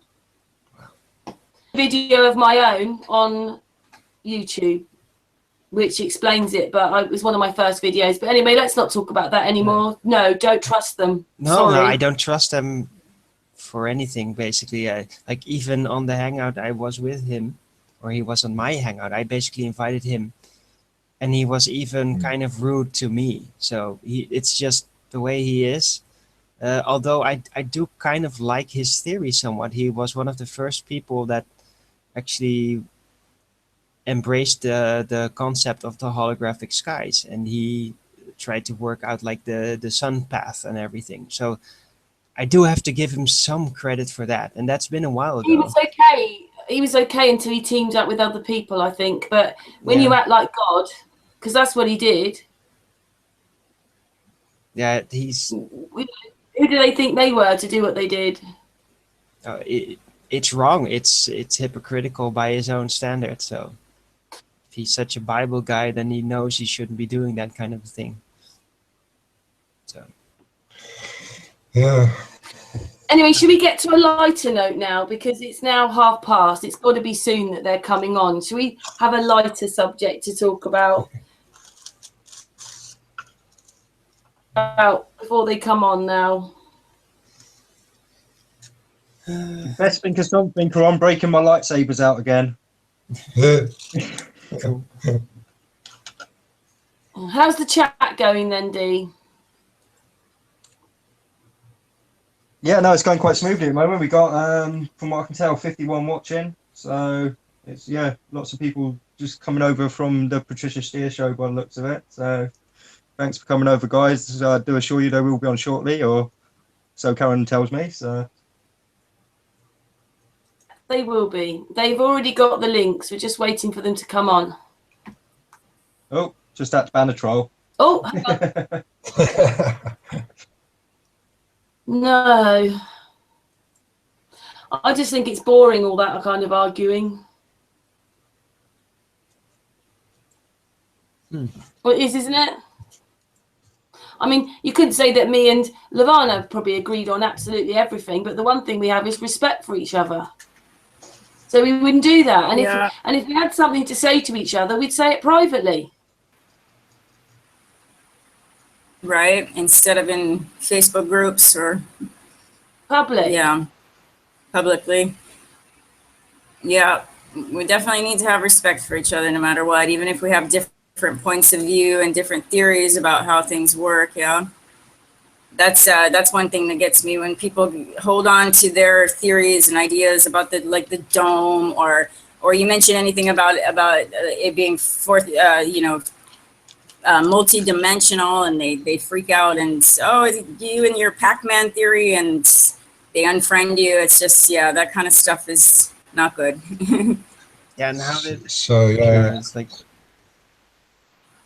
Well, I've just got Patricia Steere here asking me for the link, but I've already sent it, so she will be on soon now. Cool. Yeah, you got Mark Sargent in the chat asking you to email him the link as well. He's just cooking, but he's asked you to send him the link. I did email him. I'm just passing on the message. Patricia gave me if he's in the chat, Patricia gave me an email. So I've emailed to that one. Do you think I should just add them again? I'll just add them. I'm just going to turn my camera off for a minute while I add them. Yeah, seeing as I have them on Skype. I'd do it. I have them on Skype. I could just send it there.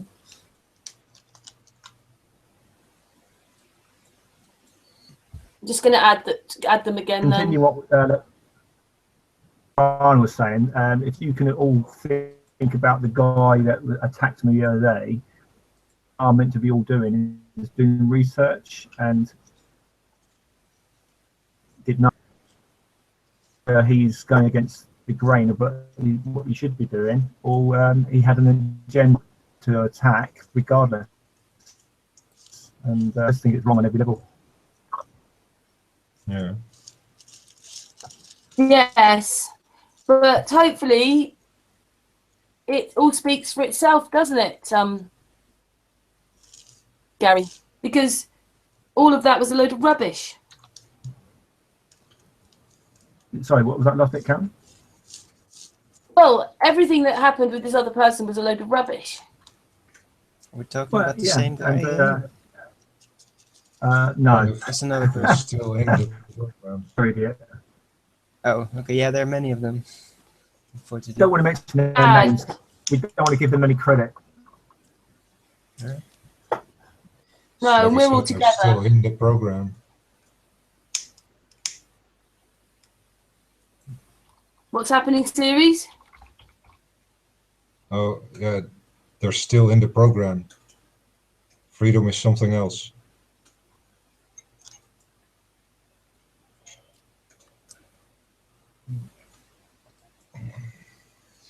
Anyway, I thought being a flat earther meant you were different, if you know what I mean, because it makes you wake up and realise different things. People have just got to still let go of that globe head still, haven't they? They don't realise they're still carrying it. Yeah, there are globes on different levels, of course. I think we talked about Right, that I've re-added them now. The collective level. I figured the globe is the collective level of mind. The circle is the ego level of mind. And the universal is the square of the square is the universal level of mind. But you still have the step to the master of being actual master of yourself. It's just the beginning. Series, they're waiting to get on. So what's happening? Why can't I get Patricia on then? Yes, so I can just say we've got Oliver Ludlow in the chat as well. Just what you'd like to hear that. So hello, Oliver. I've sent them out to the emails that they gave me, and to be honest, when you go to add someone, Mark Sargent's name as well as Patricia's, so I've added them. And they say that they can't enter because it's full or something? Or? Do it twice. I mostly do these things double. Okay. At least for Santos and etc.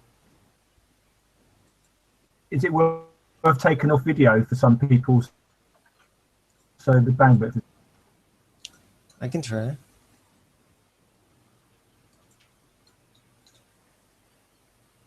D, if Mark's in the chat, can you tell him I've sent it to him twice to do it?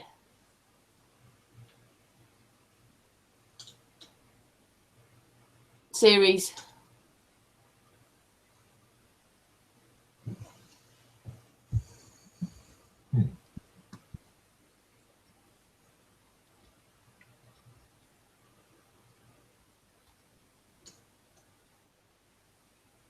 Huh? Yeah, sorry about that. Yeah, I've just put in that in chat. Sorry. Okay, I'm just adding them again, doing it twice. Sorry, everybody. Well, I just add them back again. Although to be fair, by you asking me to do that, you essentially told them in chat anyway. Okay. Yeah. Yeah. Right. I'm just getting there again. Hang on. You have to send me a link. Maybe have they received their email yet, or are they having trouble actually getting in the Hangout itself? I'll just do it a different way then. The link copy. Facebook. Oh, it's always got to be. I'll log in with my other Skype because I have them on Skype there, so I can just pass on the link directly through Skype. Oh, yeah, that's also one. Okay. Hey. Molesting my bank. Right. Well, I've sent the link through Messenger now.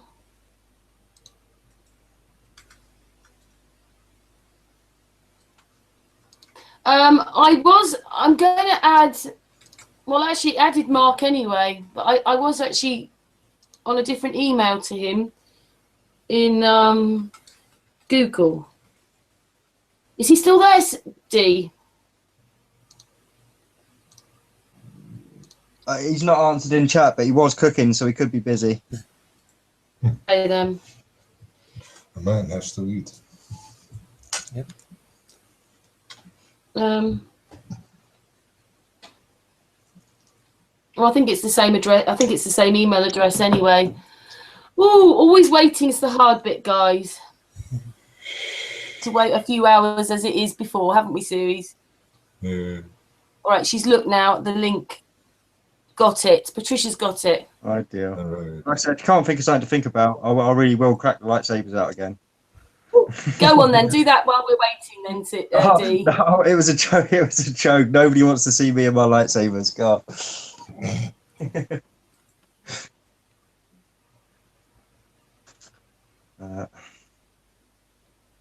You're going to be silent and expect me to come on. Right, okay.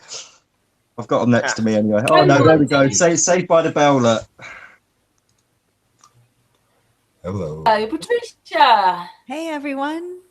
Hello there. Hello, how are you? I'm great, thank you. Sorry, then you couldn't get on. Oh, I just needed the link, and I was like trying, and it was, anyway, there's all sorts of problems in YouTube world today, being the live chat is off. Are you having those problems as well? Well, it's on for some, but off for others. We've had a few problems in chat to begin with, but they all seem to have been ironed out. Apparently, people are all saying chat's fixed again now. So. Okay, well, just when my show ended too.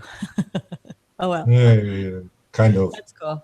Mark, so hopefully he can get on okay. And I very much appreciate that you've been on air today and now come over to us. I'm really honored that you asked me. And right after we got off, Mark and I, because we talked about that we were coming on this when we were just doing our secret show on my channel. And when we ended the show, Mark said, I got to grab something to eat. And I said, me too. So I grabbed, not sponsored, by the way, I grabbed baked coconut chips. And, oh my God, sliced toasted coconut. So good. Organic too. I've eaten. Nice. I've eaten so much. I've eaten almost the whole package, like down to here. So that was my dinner. Cool. Explain who's with you, because you're just looking at a load of faces which you don't know. I know some. Gary's here. Gary, do you want to say hello? Because Gary was with me with the Flat Earth conference. Yes, Gary? I know Gary, but he doesn't seem. There he is. Doesn't have a picture. Hi, yeah, I'm here. I just tried to help the bandwidth. That's all. I'll just come on for a little while. Can you see me okay? No, just the blue line. Oh, there you are. Yeah. Back and forth. Hello. Do you have anything like Skype on or any program? Even your mail? I just kill it all. What it is, my Wi-Fi isn't great. That's why he came around to my house the other day, Patricia. That's right. Use cable. Could I just explain who else is on the Hangout? We've got Arwin, who's still stayed with us from Holland. He's on the end to me. Arwin, say hello to Patricia then. Hey, Patricia. Hello, we know each other. Yeah, We're we friends. know. Indeed. Here, D is in my group, and he's boss of the chat room, aren't you, D? I'll try to be. Yeah, I'll best get back to it. All right, D. How's it going? You okay? Very good. Are you wielding the mighty wrench? Is that what you do? You need it. Yeah, yes, it does appear so. Yeah. Just like that saber, the lightsaber you're holding. Pretty much, that's you in the chat then. Yeah, that is me. That's me dressed up. That's me dressed up as Obi-Wan Kenobi. Yeah, so it's perfect if you're going to be handling the chat. It's like yeah. Yep. And then we have Lavana from Hawaii. Hello. Hi, Patricia. Nice to meet you. Hello, it's Lavana. Yeah, that's right. Oh, okay. Yeah. Hello. And I don't. Yeah. So I'm the Flat Earth chick on YouTube, and I just wanted to say I appreciate. Yeah, I appreciate your comments on my videos. That's really awesome. Thank you. Flat Earth check, but I didn't know the woman behind. You've ended up putting out videos before anybody else did. And how do you, like the Amber Plaster song, how do you get things before anybody else does to share them? Magic? Well, yeah, I'm a member of the official Flat Earth. I'm an admin in the official Flat Earth and Globe discussion group, and she's a member there too. So she shared her song with us, prior to it ever being put out there. And I was like, hey, this is good stuff. I'm going to make a video. So awesome. I know you did a hangout with her. I saw parts of that. That was definitely really talented. Yeah. And she mentions your group by name in the song. She does. Yeah. Which is yeah. Cool. I know that group. The group is at like about 40. I think over 40,000 members now. So the world is waking up. And she's coming to the Flat Earth International Conference from what I know, last I checked. So that'll be wonderful. That's right. Definitely. You've got a flag outside of the window, or is that a towel? Is that a flag or a towel hanging behind? Actually a towel. Yeah, it's a towel. I thought it was a on flag. my clothes. I'm like trying to tie it in with Hawaii and failing. I'm like, what? Is it a special flag? I've never been to Hawaii, and it just looks so gorgeous. I'd love to go. You live there. I mean, you live in paradise, real paradise. Awesome. I was thinking about trying to get a Flat Earth meetup convention kind of thing going on here. So if I can put that together, you should come on out. I've always wanted to go.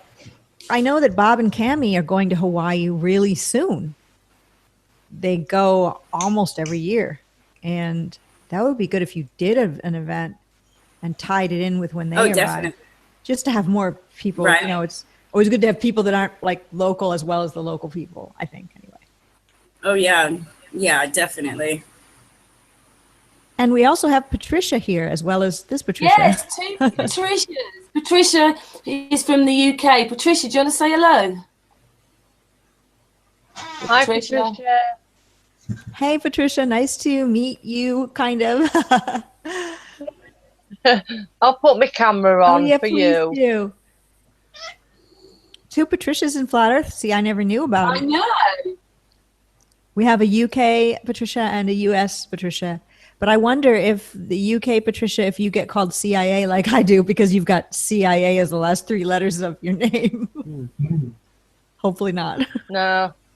Good. Keep it that way. How are you? I'm good, thanks. You? Wonderful. I like your icon that you had. It said something like no compliance. I only saw it really quickly. Yeah, it says clear the fear, no non-compliance. Pretty much that's it. We're not complying with what they're telling us anymore. I do not comply with any of it anymore. It's a great feeling, isn't it? Well, yes. I try not to comply, but sometimes it's a bit hard. Yeah. Oh, I agree. I mean, yeah, it is a bit hard. Different things hoops you have to jump through with the government, like in the States, like getting a driver's license. And I mean, they say you have a right to drive. You have a right to travel, I think it's called, on the roads. But then what happens when you're pulled over? Well, you can be like those videos that we see of people who are able to talk to the officers and then get away scot-free without any sort of trouble. But I don't know if I have the information at my fingertips that I would be able to do that. So I end up getting a driver's license and complying on that level, which makes me sad because I really rather would be free of all of it and not paying taxes. I really respect people who have the guts enough to carry through with non-compliance through all parts of their life. In a sense, you're in the Sorry, can I just interrupt? We've got Mark Sargent in the chat saying he's still not received the email link. Sorry. Let me see if I can send it to him by copy pasting using my phone and sending it to him from what you sent me. Well, Patricia, the other person there who's fiddling with his beard, is Ceres, my group partner. Sorry, Ceres. Holland. He's from Holland and he's researching. So we have 2 people from Holland. Yep. Yep. Oh, cool. All right, let me send this to Mark here. Okay.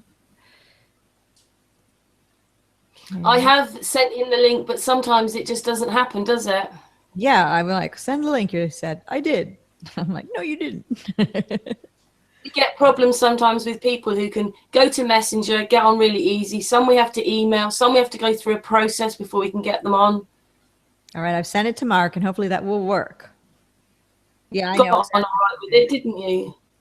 Yeah, I got on, but then again, hasn't too much time elapsed from when you sent it to me. So when I send it to him, it's an old link. Sometimes that happens. I've had people who were totally fine talking to me an hour before, and then they get on the Hangout, and it doesn't work. He's in. Mark's in. Hey, He's Mark. in. Hi, guys. Mr. Sargent. Hello. Did you eat, by the way? Because we were talking about Well, kind of. which means It's involved prepare. I was sauteing up a bunch of vegetables, so. Oh, I'm jealous. I just ate baked coconut strips, which I'm jealous that you had actual hot food. Nice. Hello, So how's Mark. everybody? How are you? Thank you very much. What about you? I can't complain. Yeah, it was great seeing you guys on the Hangout. I always love you two chatting away. It's one of my favorite shows. Yeah, we got mentioned a few other places, you know, for the people that we had on the Hangout. So that's really good. Can I just explain to Mark who's in the Hangout so he knows who's sitting around him on the pictures? We have Arwin, who's you've just been speaking to, comes from Holland. Series comes from Holland. Right. He was probably on the Hangout with you anyway. He's running the chat room, aren't you, Dee? Yep. Hello, Mark. How's it going? Hey, man. You met Lavana last time, but Lavana's with us from Hawaii. I've met her, yep. Hi, Mark. Patricia. Hi. Carry on, Lavana. Yeah, we said hello. And we've got another Patricia from the UK, but if you remember her from last time, because she was quite quiet and you were going, can we hear you, Patricia? Nice. Series, and then Gary. Of course, you know Gary. Yep. Gary, do you want to say hello? Hi, Mark. Gary. Nice to meet you. Nice to see you. Cool. Well, I'm gonna kill my camera for 1 sec. I'll be right back while you guys talk, okay? Yes. Right. So, but I am here, just so you know. Cool. He's going to finish some vegetables, I'm betting. I would. We were kind of watching a bit of your show earlier on, Patricia, and you had Nathan Oakley on. Yes. Isn't that great that he's going to be, well, he did get interviewed for something mainstream. Vice Media, I mean, that's a big thing. And media is all controlled. Yeah. But there's a group of people who aren't flat earthers. Pretty much everybody who follows something like Vice isn't a flat earther. They have different belief systems, and we do almost 100%, but they're going to be exposed to the idea. It's probably something that they'd feel they were too smart to even entertain, because it's sort of a millennial, hip and trendy kind of Vice Media sort of thing. And by having Nathan there talking about it, I think it's really going to be great. I think it's going to wake up some people, shake some people out of the coma that they've been put into. Yeah, getting the notion. That was for me actually the trigger as well. Yeah, it's actually realizing that you never have thought about it. I never thought about it before I thought about it, right? I mean, it never crossed my mind. I never sat around and thought, what could the shape of the earth be? To me, it was just something it was handled. Like this house I live in, I don't think about, what's the construction of my foundation? I don't think about it at all. I just open my door, go inside, and start living. So there are people. Yeah, it's there's probably people. concrete and steel, by the way. Yeah, probably. There's people that do think about those sorts of things, the very few and far between who have considered that and then became flat earthers. But for most of us, it never occurred to us until we saw something and then our life changed. How many flat earthers were the type who rebelled against the notion when they first found out about it? I wonder what the ratio is, or who automatically felt, even without researching too much, that initially this sounds right, I'm going to look into more. The ones who tried to debunk it, what's the percentage to the ones who said, this feels like it's right, let me pursue it? What do you guys think? I felt it was right from the get-go. Until basically I was told that space wasn't real, and then then I got into emotional trouble and tried to forget all about it. Basically, that's how it started when I was really young. So, yeah, that was always the obstacle. You could see how D felt as well, because he's got a lightsaber, haven't you, D? Yeah. I've got 2 lightsabers together, cost almost £1,000. Yes. Yeah. Yeah, I know. Explain, like Arwen, D, explain how you felt when you realised it was a lie. I cried. I'm not even going to lie. Yeah. It was pretty crushing. We went to the Space Centre in Leicester. That's where I met Martin and Nathan. Yes. And what it is when you're in there, everybody's like in love. The parents talk in a different way. And all you're looking at was bits of plastic. None of it was real, none of it. But in their minds, oh, look, there's a bit of this. And it's all like everybody's in love with space. Yeah. That's why they're getting away with it. That's why NASA is getting away with all their sloppiness, because everybody's just looking at it in love. Emotionally tied to it. Yeah. I was in love with the modernity of it. The sleek, shiny, white, pure, clean crafts and the clean uniforms and the promise of like some kind of future where there could be brotherhood, you know, because different countries were on the ISS and different countries worked together in the past, where people could be bombing each other here on Earth, but up there, brotherhood, peace and harmony. Why can't we work together like we do up there, here? I was in love with it for those reasons. And then boom, flat Earth brought me right back down to earth. I still think we can love each other like that, but not with a lie. The lie has to go just first. do it here instead. Do it here. Yeah. Myself, when it got to flat Earth, I'd done this great big long trek of 9/11, thinking that was the worst thing that could possibly happen to us. That when I came across hollow Earth and flat Earth together, I just thought, not something else to look into. So I kind of left it there a bit. And then January last year, this friend said, well, I'm going to go and debunk Nibiru. And I said, well, I'm going to go and debunk flat Earth. But then, that you just know. That's it for me. Speaking of the first video, Mark Sargent has rejoined us and he is eating. I'm jealous very much. The first video for me, Mark Sargent, Flat Earth Clues. So Mark ruined me. He ruined my life.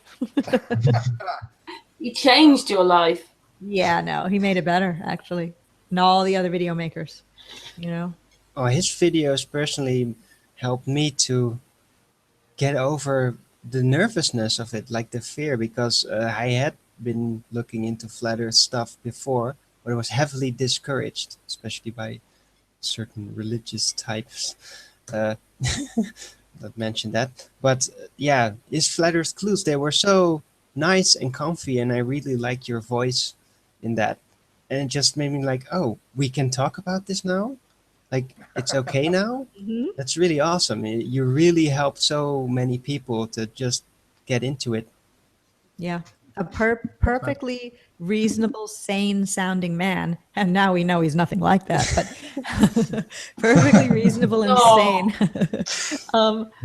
It was easy to access for me. I'd looked into lots of conspiracies before, but I'm not a person who's interested in videos where people are screaming. I'll watch some of those videos, they're good, but I'm something more gentle would be what would appeal to me. So I'm really glad I saw that first. Then I can handle the other sorts of videos much easier. But I mean, Eric Dubé's videos, first video I saw of his wasn't even really his. He was a guest on a show called The Higher Side Chats, kind of a blog, I guess, a blog. Yeah, I think Higher Side Chats. I still listen to those podcasts, not blog, excuse me. And he was a guest on there, and his voice was very, he knew what he was saying. It didn't contradict what Mark was saying. I thought, wow, these are some brilliant guys. I was so naive way back then when I started my own channel. I thought I could interview Mark and Eric. Ooh. Yeah, that's what I'll do. I didn't understand that that's not happening. I thought, hey, we're all flat earthers. There is no anger. There is no hate. That stuff's off to the side now. We should be all, even with their differences and our different beliefs about the actual way the earth's laid out or whatever, or religions, we're flat earthers. So we bond on that level. Wrong. Someday maybe I'll speak with Eric Dubé. I posted a picture of flowers on my Facebook that somebody had left at my door. It turned out to be a family member thanking me for something. But I pulled up in my car and they were on the front porch. It's on my Facebook now, and I snapshot. And before I knew who they were from, I wrote something like, "Who are these from?" And people were, guessing and everything. Somebody wrote Eric Dubé. That was pretty funny. I've only one interaction with him, and that's actually on a forum where I asked one question, and the next one was that I was blocked. Yeah. He actually managed to deflect me from the flat Earth, but eventually Santos Bonacci brought me back. Ooh, very cool. And that's a whole other approach of how things actually working, also in the spiritual realm or in the astrological realm in that sense. More heart-centered, less ego-centered. However, with that said, Eric's done some good stuff, and I cannot discount him at all, or anybody. In a sense, it doesn't matter how many truths they use, they're still not an authority over me. Right.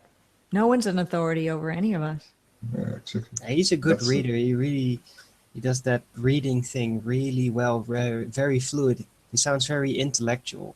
In that sense, he's a good replacement for all the globe intellectual scientists to really give that feel of like, hey, we're flat earthers, we're also smart. And that's really good about what he does. Fortunately, lets his ego get in the way in the more personal contact things. Yeah. We all have that, the ego, no matter how hard we try to get rid of it. There's really no real way to get rid of the ego. It's probably there for a reason, but it's to grow beyond.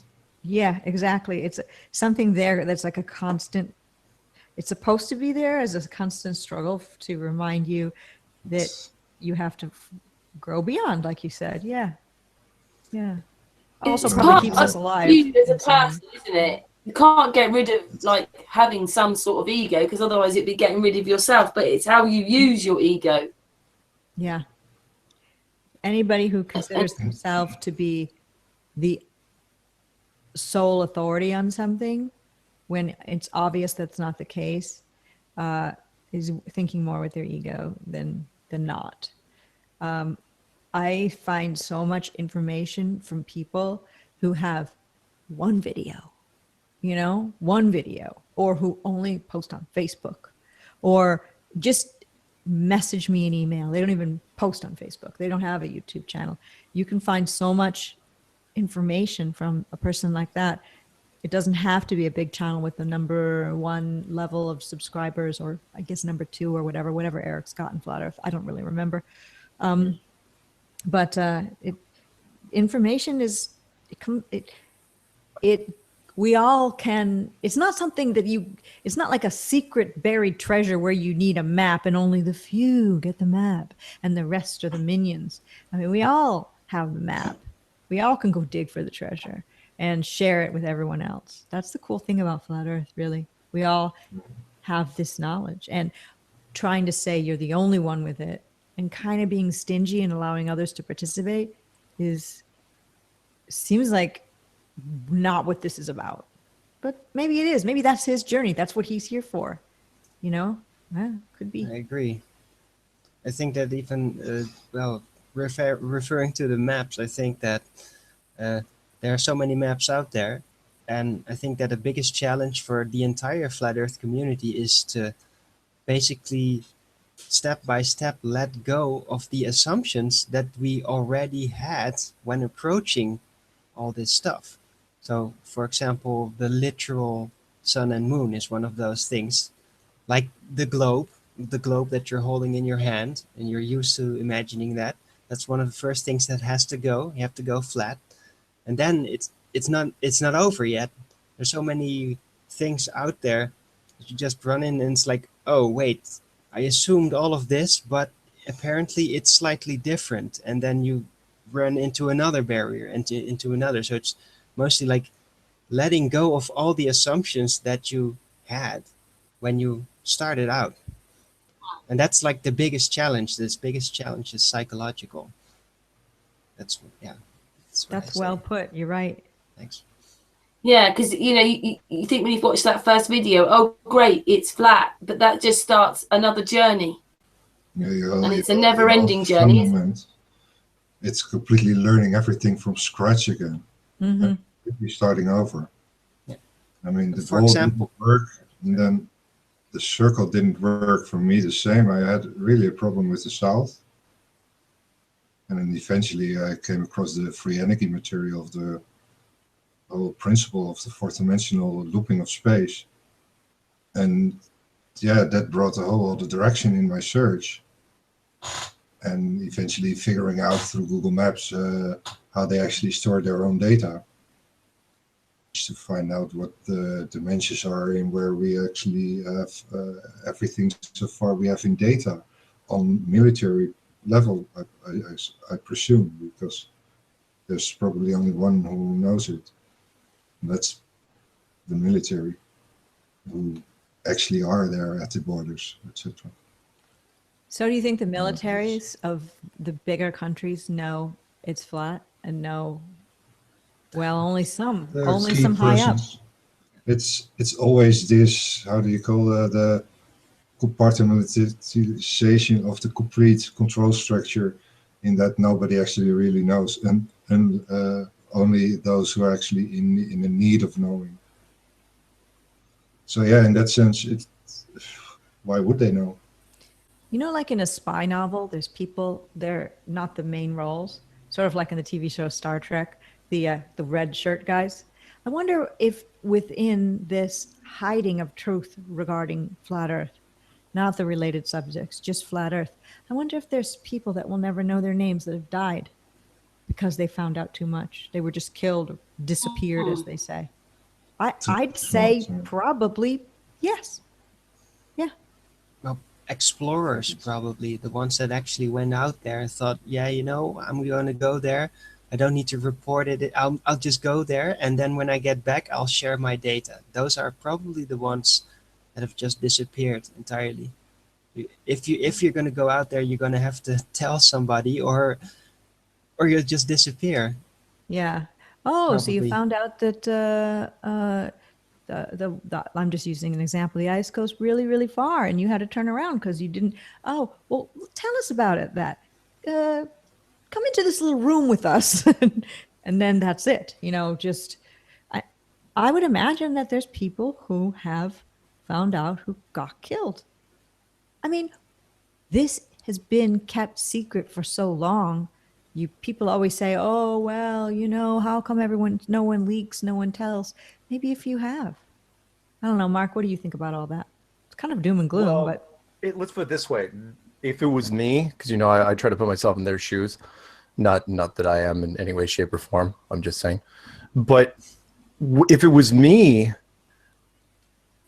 I wouldn't let anyone near that place, which is why, let's put it this way, as far as, eliminating people that are involved, they were so concerned about this that they were being proactive in keeping people away so they wouldn't have to eliminate them, meaning the corporations. And that was the big thing with the 1959 Antarctic Treaty, which was you don't let corporations go there because you don't want their planes going off course. You don't want their helicopters going off course or their snowmobile teams or whatever, because if they do, you know what the eventual outcome is going to be. I mean, you can't exactly buy off everybody, and there's only so many people that are going to keep quiet.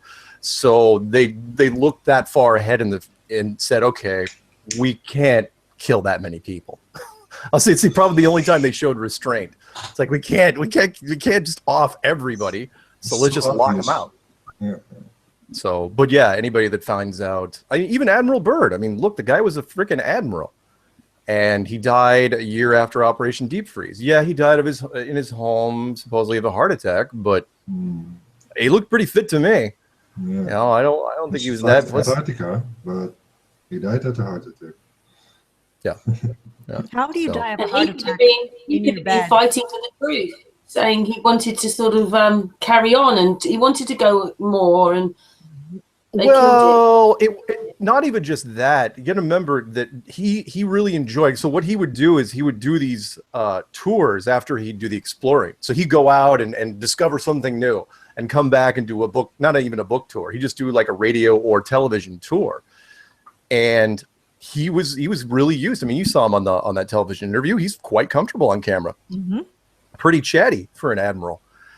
And I think they saw that and said, you know, I don't think Richard's gonna really, keep it all under wraps. And if they have any doubt whatsoever, I'm sure that maybe they talked to him a little bit, but after a few conversations, they said, he's had a good run, but we gotta tie up this Seems loose to end. not be feeling good lately. Winky. Yeah, you don't look good, Dick. What's going on with you?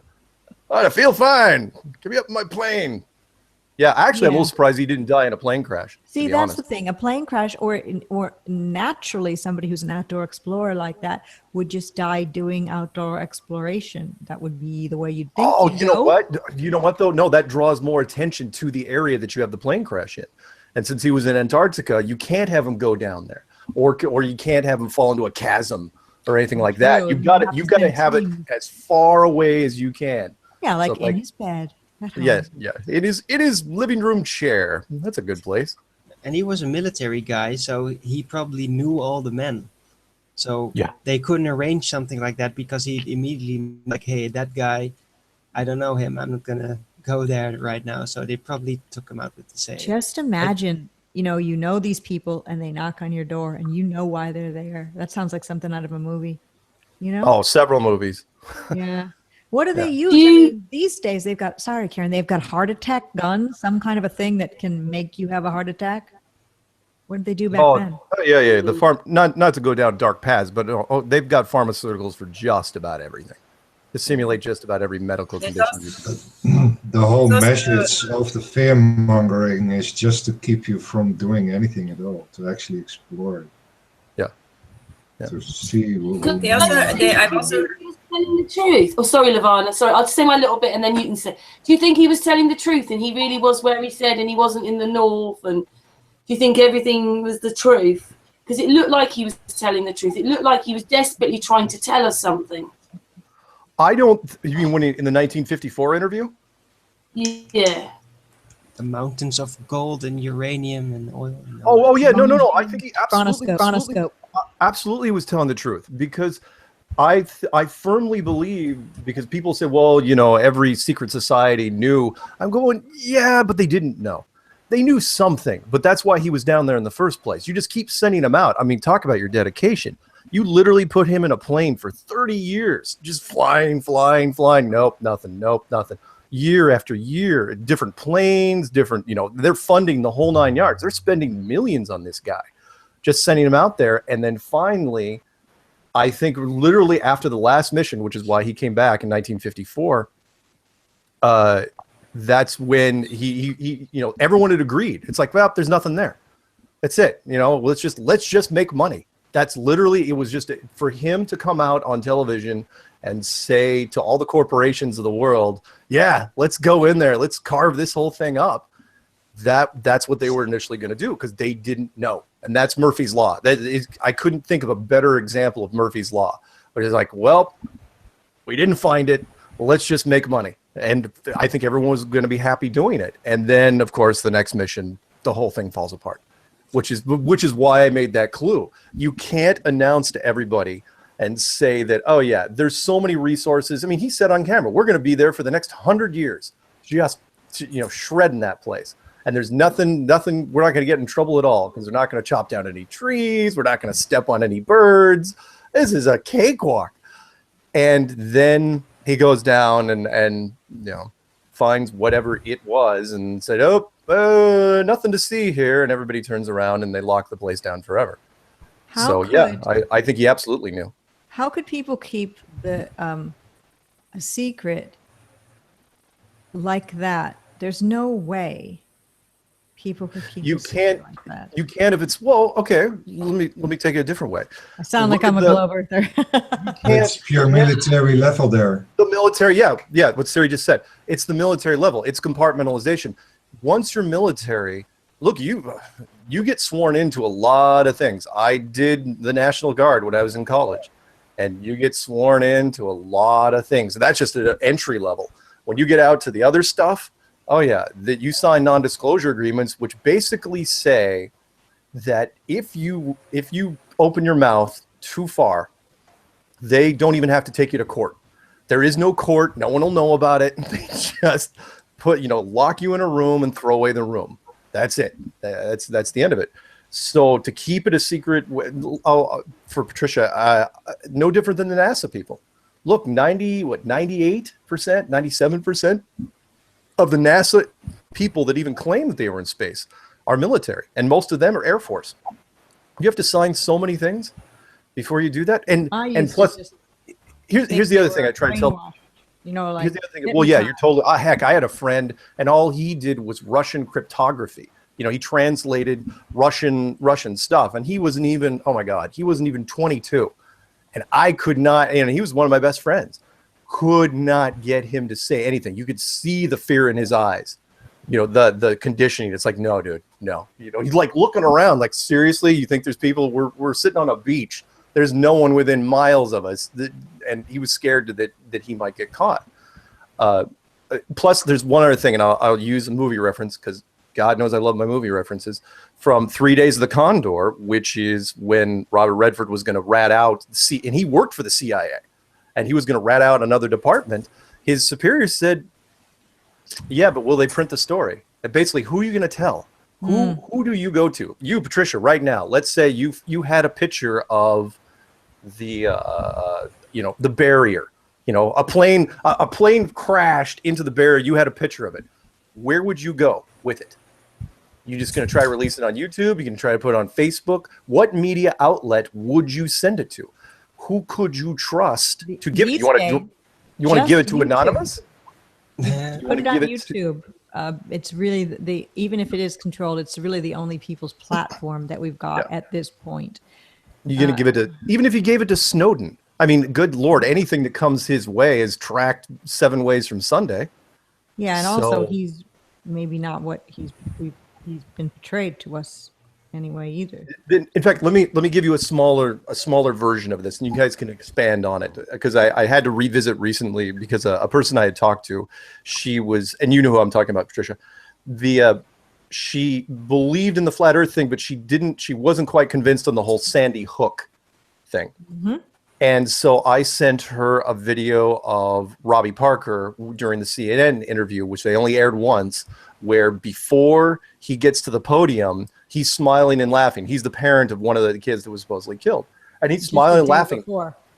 Yeah, all the way up to the podium. And the day before, his daughter was supposedly gunned down. He's smiling, laughing. He gets up to the podium. Now he thinks he's live, and he gets into character, and he gets all sad. Yeah. And you're thinking, that's really, he was a horrible guy, completely almost blew the operation single-handedly. But no, the more interesting thing for me was that you got to remember, on the other side of that camera were a whole bunch of reporters. I mean, not just CNN. You had local news, you had magazines, you had newspapers, and nobody said anything. Nobody commented on it in any of their things. It's like you'd think that somebody would say, "Oh, Robbie Parker looked unusually jovial considering his daughter had just died." Nobody commented on it, and that goes to the power of the hierarchy, which is the producers. You have to go. Your story has to go through an editor. and has to go through a producer and then a higher producer. And then finally, whoever finally makes the call that story is going to go out. And at those levels, they are monitored very, very heavily. So I'm sure there was somebody that said Robbie Parker looked like a complete ass up there at the podium, but that never got out into mainstream. Well, what do they say if you're Isn't the mainstream eventually the movie of what they just make you think? There you go. Wag the Dog.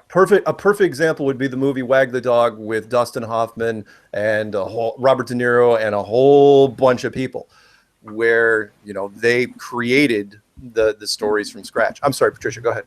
Oh, well, I was just saying that there's some expression, I'm going to get it wrong, about if the nail that stands out is going to get hit. I think a lot of those people who were there when Robbie Parker did his speech at Sandy Hook saw what regular people who weren't crisis actors, saw him acting happy, then pretending to be sad all of a sudden, and dare not speak out. And that sounds like, well, you say to yourself, oh, I would have spoke out. I definitely would have. Well, look at Flat Earth. Look at our little world. Look at videos that are made about people that you like. Horrible hate videos about people that you like. The video is horrendous, saying all sorts of dirty stuff about them. You know it's not true. But are you going to make a comment? Most of the time, you're not going to disagree with the video maker because you're afraid that they're going to strike out at you. And that's exactly why, the same reason, those people in Sandy Hook that were there, that were real people, aren't going to talk about Robbie Parker because they're thinking, this smells wrong. Something's up. I dare not speak out. Well, I'll get killed. If you don't, there's a certain power to... and Germany was really good at, if you don't know who you can trust, then you can't trust anybody. I mean, it's like you want to nudge the guy next to you. You don't know who that guy is. It's like, crap, is he in on it? Is he on it? Am I in on it? We're all assuming that these journalists are even completely independent. They're working for their bosses, and they probably all know it. Like, this is an event. This is a certain narrative we're going to follow. And if we step out of line, if we're going to actually ask real questions, then we're probably going to get fired. So you're absolutely right. They could have been, most likely were briefed before they got there. Exactly. And if that was the case, then you wouldn't even have a chance to ask an awkward question, since the feeds were going to be live. Of course, but there's always breakdowns, which I love catching, and I love that everybody else catches, is like the fact that nobody told Robbie. It's like, oh yeah, CNN's running live now. The second, even before you walked out the door, they were already live. He thinks they're going to cue him, 20 seconds later when he gets to the podium. There was a breakdown. No different, not to go off on a tangent, no different than the 9/11, the British team that went over to 9/11. Me working in the time and attendance industry, I knew full well what the hell happened there, which was the towers fell, then the journalists fly in from overseas. You had plenty of time to get the UK journalists over there, and they're handed a sheet and saying, oh yeah, by the way, read this at this certain time. And they were reading the story on Building 7. And they said, oh yeah, Building 7 has collapsed, blah, blah, blah, the female, and it's still standing over her shoulder smoking. And I knew the second, because people don't know time zones. They do not know. Even in America, for example, most Americans don't know there's 4 time zones in the United States. You say, oh, what are the time zones? Oh, there's Pacific, there's Central, and there's Eastern. No, there's 4. There's a mountain time zone, but nobody ever mentions it because nobody lives in it. There's a few people, I suppose, but not a lot. I used to live there out in Boulder, Colorado. So when I saw that thing happen with the British journalists, I knew exactly. It's like, holy smokes, they screwed up the time zones when they gave them the briefing. It happens. So instead of reporting it 40 minutes after it fell, they reported it 20 minutes before it fell. And it's all over YouTube. And people, and it gets lost because the island was evacuated beforehand. And so most people don't even know, which is why when Rosie O'Donnell mentioned on The View, the talk show, when she even said Building 7, she was banned for, 3-4 years from The View, just taken off. It's like, nope, you're done. And she had to beg her way back in. She's never going to make that mistake twice. Sorry, I'm going off on a tangent. And the police that were around, like, stand away, people, they're going to blow it up. Right, yeah, they're going to pull the building. It's like, the police didn't know exactly what the circumstances were behind it, but anyone that knows anything about demolition, not to go off the tangent, but it takes weeks weeks to set up even a 50-story building, like let alone a 100-story building. I have no idea how long it took that whole setup, but it had to have been a long, long time. And if it was an act of terrorism, like they said it was, they wouldn't have had sheets of paper, would they? No, it was. There's so many little things, so many little things. But at the same time, there were so many fuel, everything we've seen like recently in London, or where was it? Like the building completely burned out. It's still standing, so yes, doesn't make any sense. Hell, I got to throw this out because Patricia and I dealt with an email, somebody that was sent to us, was it jointly, I think? Because I was talking about the Ariana Grande concert, which was out in, that was in London, wasn't it? No, Manchester. That was Manchester. That was the total fake one. All right. Well, Manchester. And people, I was saying, look, there's no footage. There's no footage of anything. Yeah, you heard a boom and there was people running around. I'm going, look, these were 13-year-old girls. This concert was designed for teenage girls. Everyone has a phone that's surgically attached to their hand. I'm sure of it.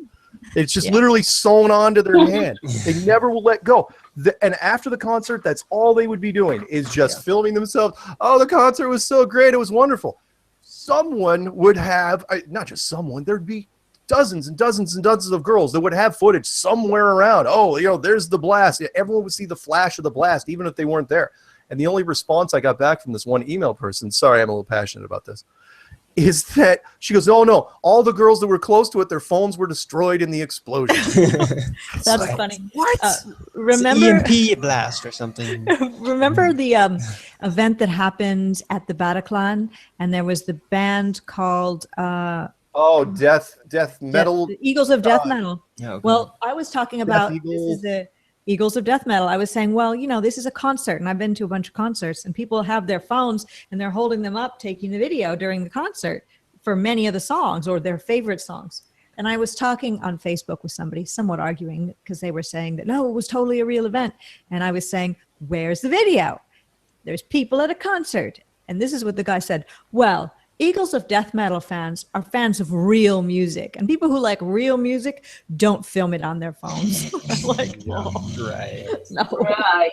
It is an old internet meme, and actually I think the gaming community was the ones that came up with it, which is because we all heard it. It's like guys know this, which is a story. Usually it's about a girl, whatever, and you'll say, oh yeah, I saw this person. It's, the rumor. It's like, do you have video?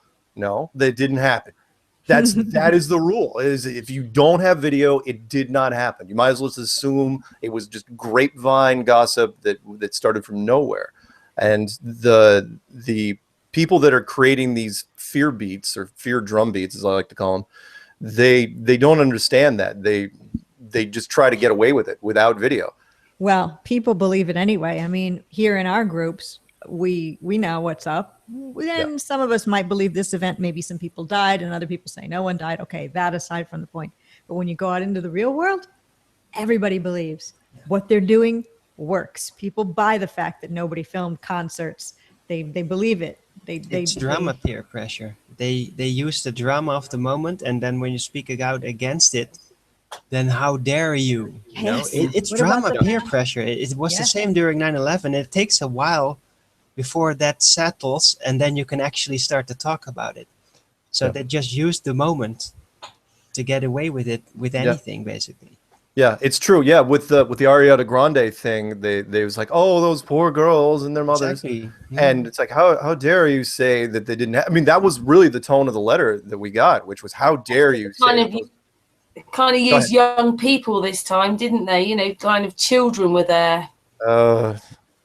This is awful. I've still to see one very serious wound. Like, only thing I ever saw was like a bunch of girls with band-aids on their hands and knees in the hospital being visited by the Queen. I was just gonna say that. But no wounds whatsoever. Like all this talk, all this hype about blown away legs and arms.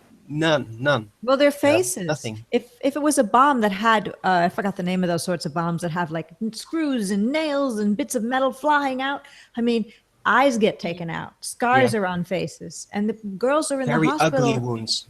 Yeah, the girls are in the hospital like, La la la, looking like they're ready for their teddy close-up. bears. They've got teddy bears next to them.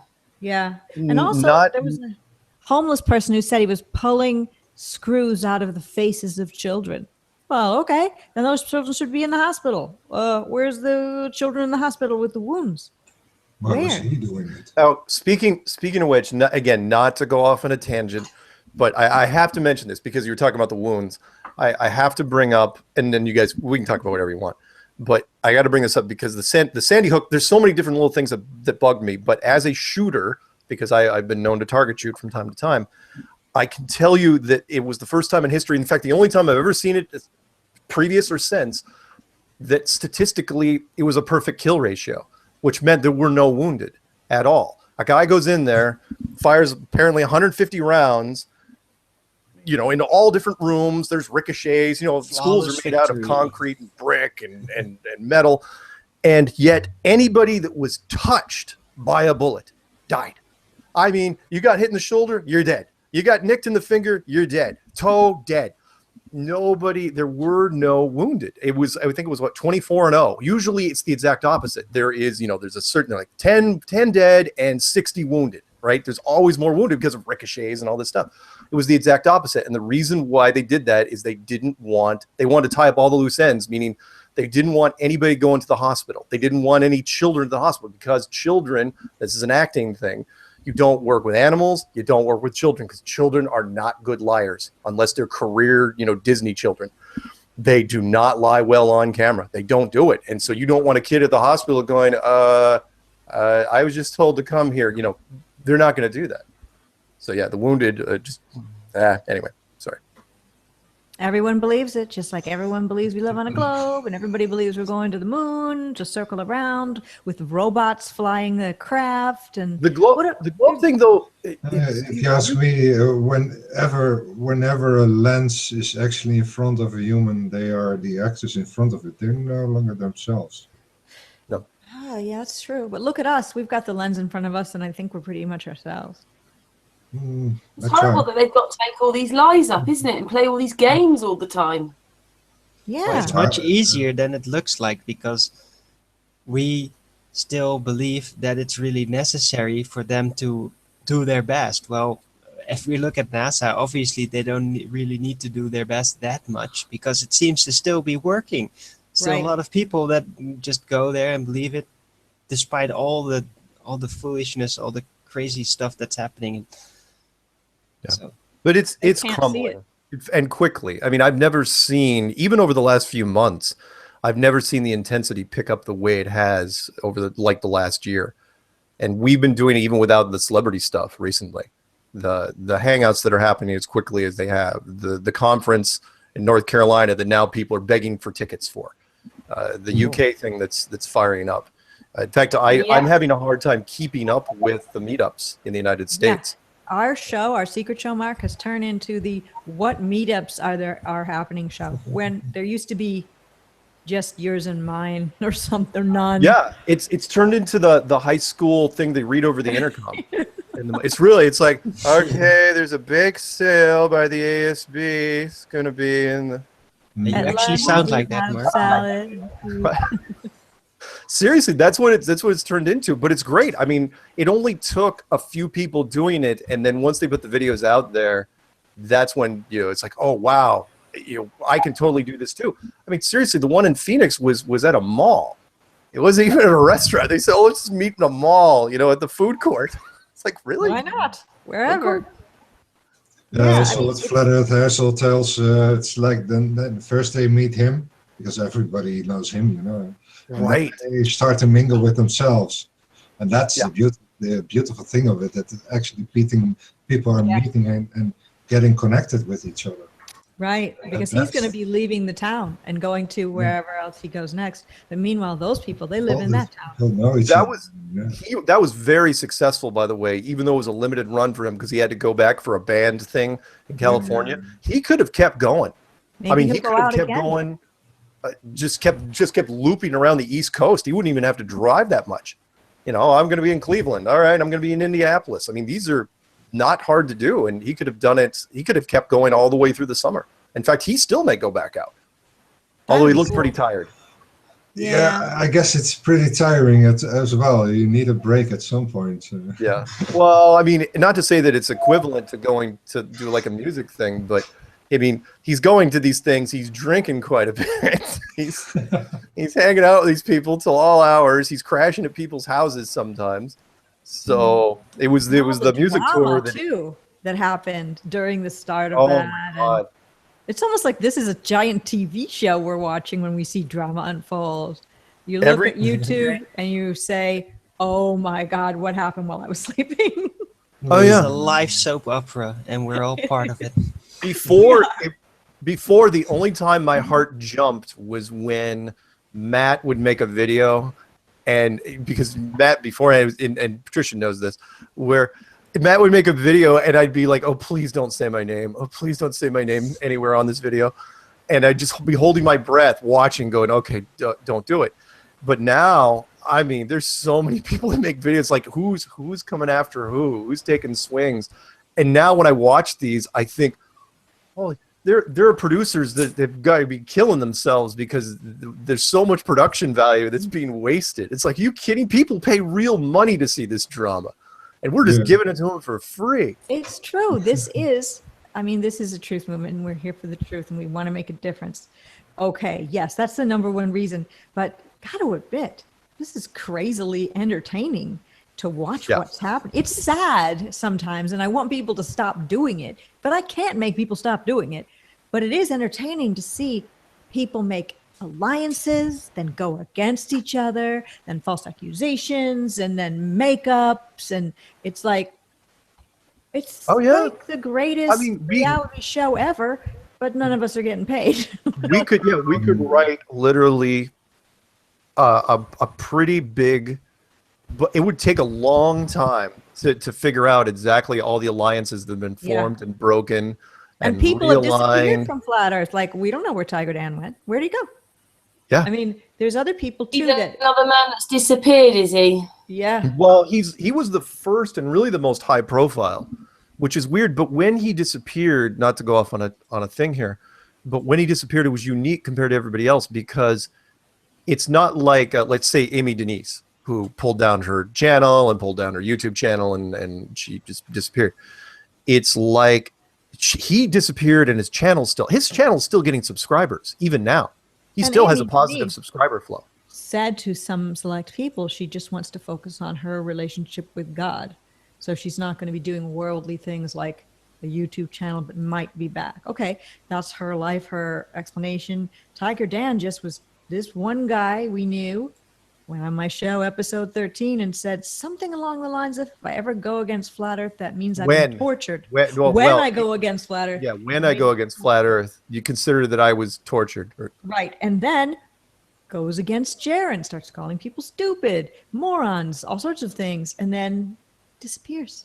Yeah, disappears. Oh yeah, talking about disappearing again, where's my perspective Rory Cooper gone? Because he was gone for a moment and then he returned, but his channel's gone again. There's still some videos of his. The return Rory Cooper I heard wasn't really him. Yeah, there is a My Perspective Flat Earth guy, but he's just a very small time channel. I don't think he's out there anymore. Right. So, but why? What, Rory? He's been out for a long time. He was not involved with drama. It wasn't because of drama. Well, no. It was probably the close quarters. So people, I think it was the same thing with Amy. I don't care what she says.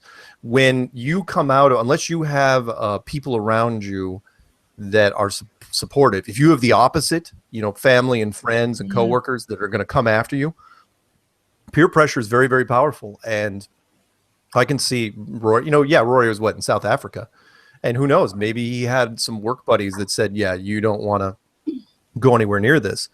And they told him, you got to pull it down. So why not? After so long, he's made so many videos. Sorry. No, I kind of like Mike. Me too. Really loved him. I loved him. Maybe he felt he did what he did. And I'm sorry. Carry on. Oh, I'm sorry. I'm interrupting. It's so hard on Hangouts. He might have felt like I came, I did, and now I'm done. It's up to you guys now. Take it from here. Well, but why take down the channel? Yeah, I agree with that. Leave it up. Yeah. I mean, Dan, for example, he left stuff up, but then people, even you, said that he was like out there in comments, wandering around, commenting every once in a while, but he didn't take down the videos. Like, he didn't take down the pro Flat Earth videos or the anti. He didn't take down any of them. And he even wrote, like on his 75 Bible verses one, he actually wrote in all caps, I now no longer believe in flat Earth. But he didn't do it to everyone. Yeah, it was weird. But he didn't paste that. It's like, it's not hard. Just paste that into all your videos when you get a chance. Or I don't know. Say that we had a member that went to the NASA site and he put some comments on there because he believed in the truth. And they hounded him. Whoever was on there hounded him and threatened him. Yeah. I mean, some people are worse than others, but it's still the minority, which is nice. You know, and people. Aaron Dover. Well, yeah, I was going to him. I mean, that was a strange one again as well. Mm-hmm. But find me on Facebook. Show me a real hardcore person that turned. Rory Cooper. Yeah, does Rory count though? I mean, just because you delete your channel, deleting your channel is one thing. Deleting it and then putting a thing on your Facebook saying, okay. If you have evidence to go against it, you'd want to go against it. Tiger Dan, I guess, would be the number one. Yeah. What's the name's guy again who has the radio show? We all know about him. Joe Rogan? Yeah, exactly. He kind of turned. Okay, but Joe Rogan was. It's a different story. He did a completely different thing, and I love Joe Rogan as an example because he's the only conspiracy guy I've ever seen fall down a rabbit hole and then completely climb out of it and say it was never there to begin with. We all sometimes feel like, oh, this is such a burden. Like, why? You don't ever really wish you could go back in the Matrix, but you can remember when you used to be able to like watch a space movie and think, oh, that's really cool, and be entertained and not be going, that can't happen, that's fake, that's stupid. Yeah. I kind of wish I had those. It's like kind of reminiscing your childhood. In a way, I would say a good book is still a good book. You just know it's fantasy. With Rogan, what he did was he just basically turned his back on every conspiracy. Now there are no conspiracies at all. He will not. In fact, I'm trying to figure out what he talks about during his shows now. That was his thing. He was a conspiracy fluoride guy. Is good. Brush your teeth with it. Well, he won't go that far. He won't do like a Bill Nye and say that, oh yeah, GMO is totally okay. Oh yeah, that. Oh, there. No, he can't. He won't do that. But at the same time, and Alex Jones came out and said he was threatened, and I believe it. Sure, why not? But I still have, me, glass half full if possible. I still believe that Joe secretly wants to be part of this crowd, but he can't do it contractually. So he just, he does as many shows as he can and says, I'm not going to talk about flat Earth. I'm not going to do a show about flat Earth, but I'm going to whine about it for about 20 minutes during this show and 15 minutes during this show. And I'm going to dedicate an entire hour against Eric Dubé. I'm going to bring in that guy with that terrible beard. And bring in was it Mick West? Remember, guys? Yes, Mick West. Yes. From Metabunk. He'd bring in Mick West. I mean, I've literally lost count of how many times Joe Rogan has gone against Flat Earth. And it's if he didn't want to talk about it, he wouldn't talk about it. And I don't care how much pressure you get. Such a sore feed. So. The what? He has such a sore feed that he can't leave it. Our freedom is just to step on his feet. He's the one actually putting it on the road of freedom. Yeah. I have no doubt that I've no doubt there's other people out there helping us, but the high profile guys aren't. Bill Nye, I still want to run him over in traffic, and Neil Tyson, I don't know what I'm going to do with him. He has also come out with he's now working on this GMO movie, right? Of course with he is. Monsanto. It's such a long con game they're playing, these people. Why an astrophysicist has anything to do with genetically modified foods? Yep. Or Bill Nye, his new show should be called Bill Nye Saves the New World Order. Hey, it's good. Yeah. Good. Very good. Mark, have you ever phoned in any of these phone-ins? Say it again. Sorry, Gary? Have you ever phoned in? You know these phone-ins that they do, those radio phone-ins. Have you ever done any of them? Okay. Me? No. There's been other people that have. People have called into the Howard Stern show. Some people have called into Joe Rogan when he does call-ins, but it's not often. They've tried to get in. Called into Alex Jones. Alex Jones. They'll try to take shots here and there, but most of the time they're ready for it. In fact, the Alex Jones guy was clever because he kissed his ass for a while and then brought it up. Worked his way into the show. Yeah. Love you, love your stuff, love the stuff you sell. You're awesome. Truth bomb. Yeah. And again, Alex Jones, the comparison, I like to bring these three guys up real quick, which is Alex Jones, Joe Rogan, and George Norrie. You don't think they have anything in common, but all three of them completely back NASA. Yeah. They're all conspiracy guys to globe keepers. No. No, they're definitely globe keepers. Yeah. Yeah, I mean, George Norrie. He just send Alex Jones to go and watch a couple of the footages on YouTube. He'd change his mind then. Well, I don't think it has anything to do with it. I think he chose that. They're not allowed to do that. Which again, I still think I was damn lucky to talk to George, because George said in the first 5 minutes of the thing, he said that, just so you know, I fully believe in NASA and the Apollo missions. And I'm going, basically his warning to me saying, you want to make it through the entire show, that's the rules. And so fine, I'll go 7 other different ways and talk about flat Earth. I don't need to use Apollo if I don't have to. But Alex Jones was the same way, and that kind of surprised me, because Alex is about as conspiracy guy as you get, but he won't touch it. George, same thing. He'll talk about all sorts of stuff: Bigfoot, Loch Ness monster, magical pixie fairies, but he won't talk about NASA. So. Sounds like they're controlled already. Then they're controlled. Then if they're not gonna or are not allowed to talk about it, or go there, they're controlled.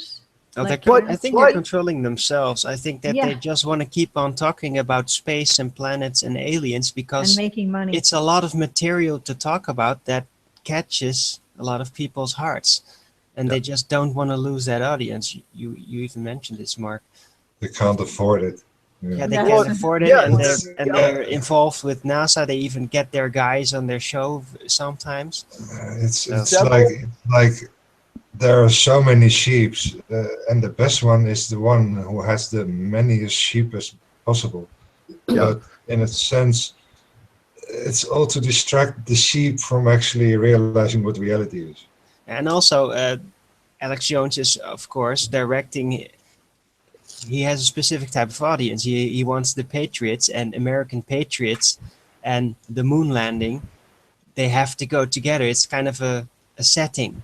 So if he would abandon that and NASA and everything, then he would lose a big part of that Patriot audience that wouldn't be able to get over that, basically. You could plot a graph, and I should probably come up with a name for it, maybe the fear graph of the people that interviewed me, that the higher their subscriber base was, the more afraid they were of talking about it, of even bringing the subject up, to where if they had over 40,000 or 50,000 subscribers, they would tell me before the interview, they'd say, look, just so you know, I'm a little nervous about talking about this because I'm afraid of what the subscribers might do.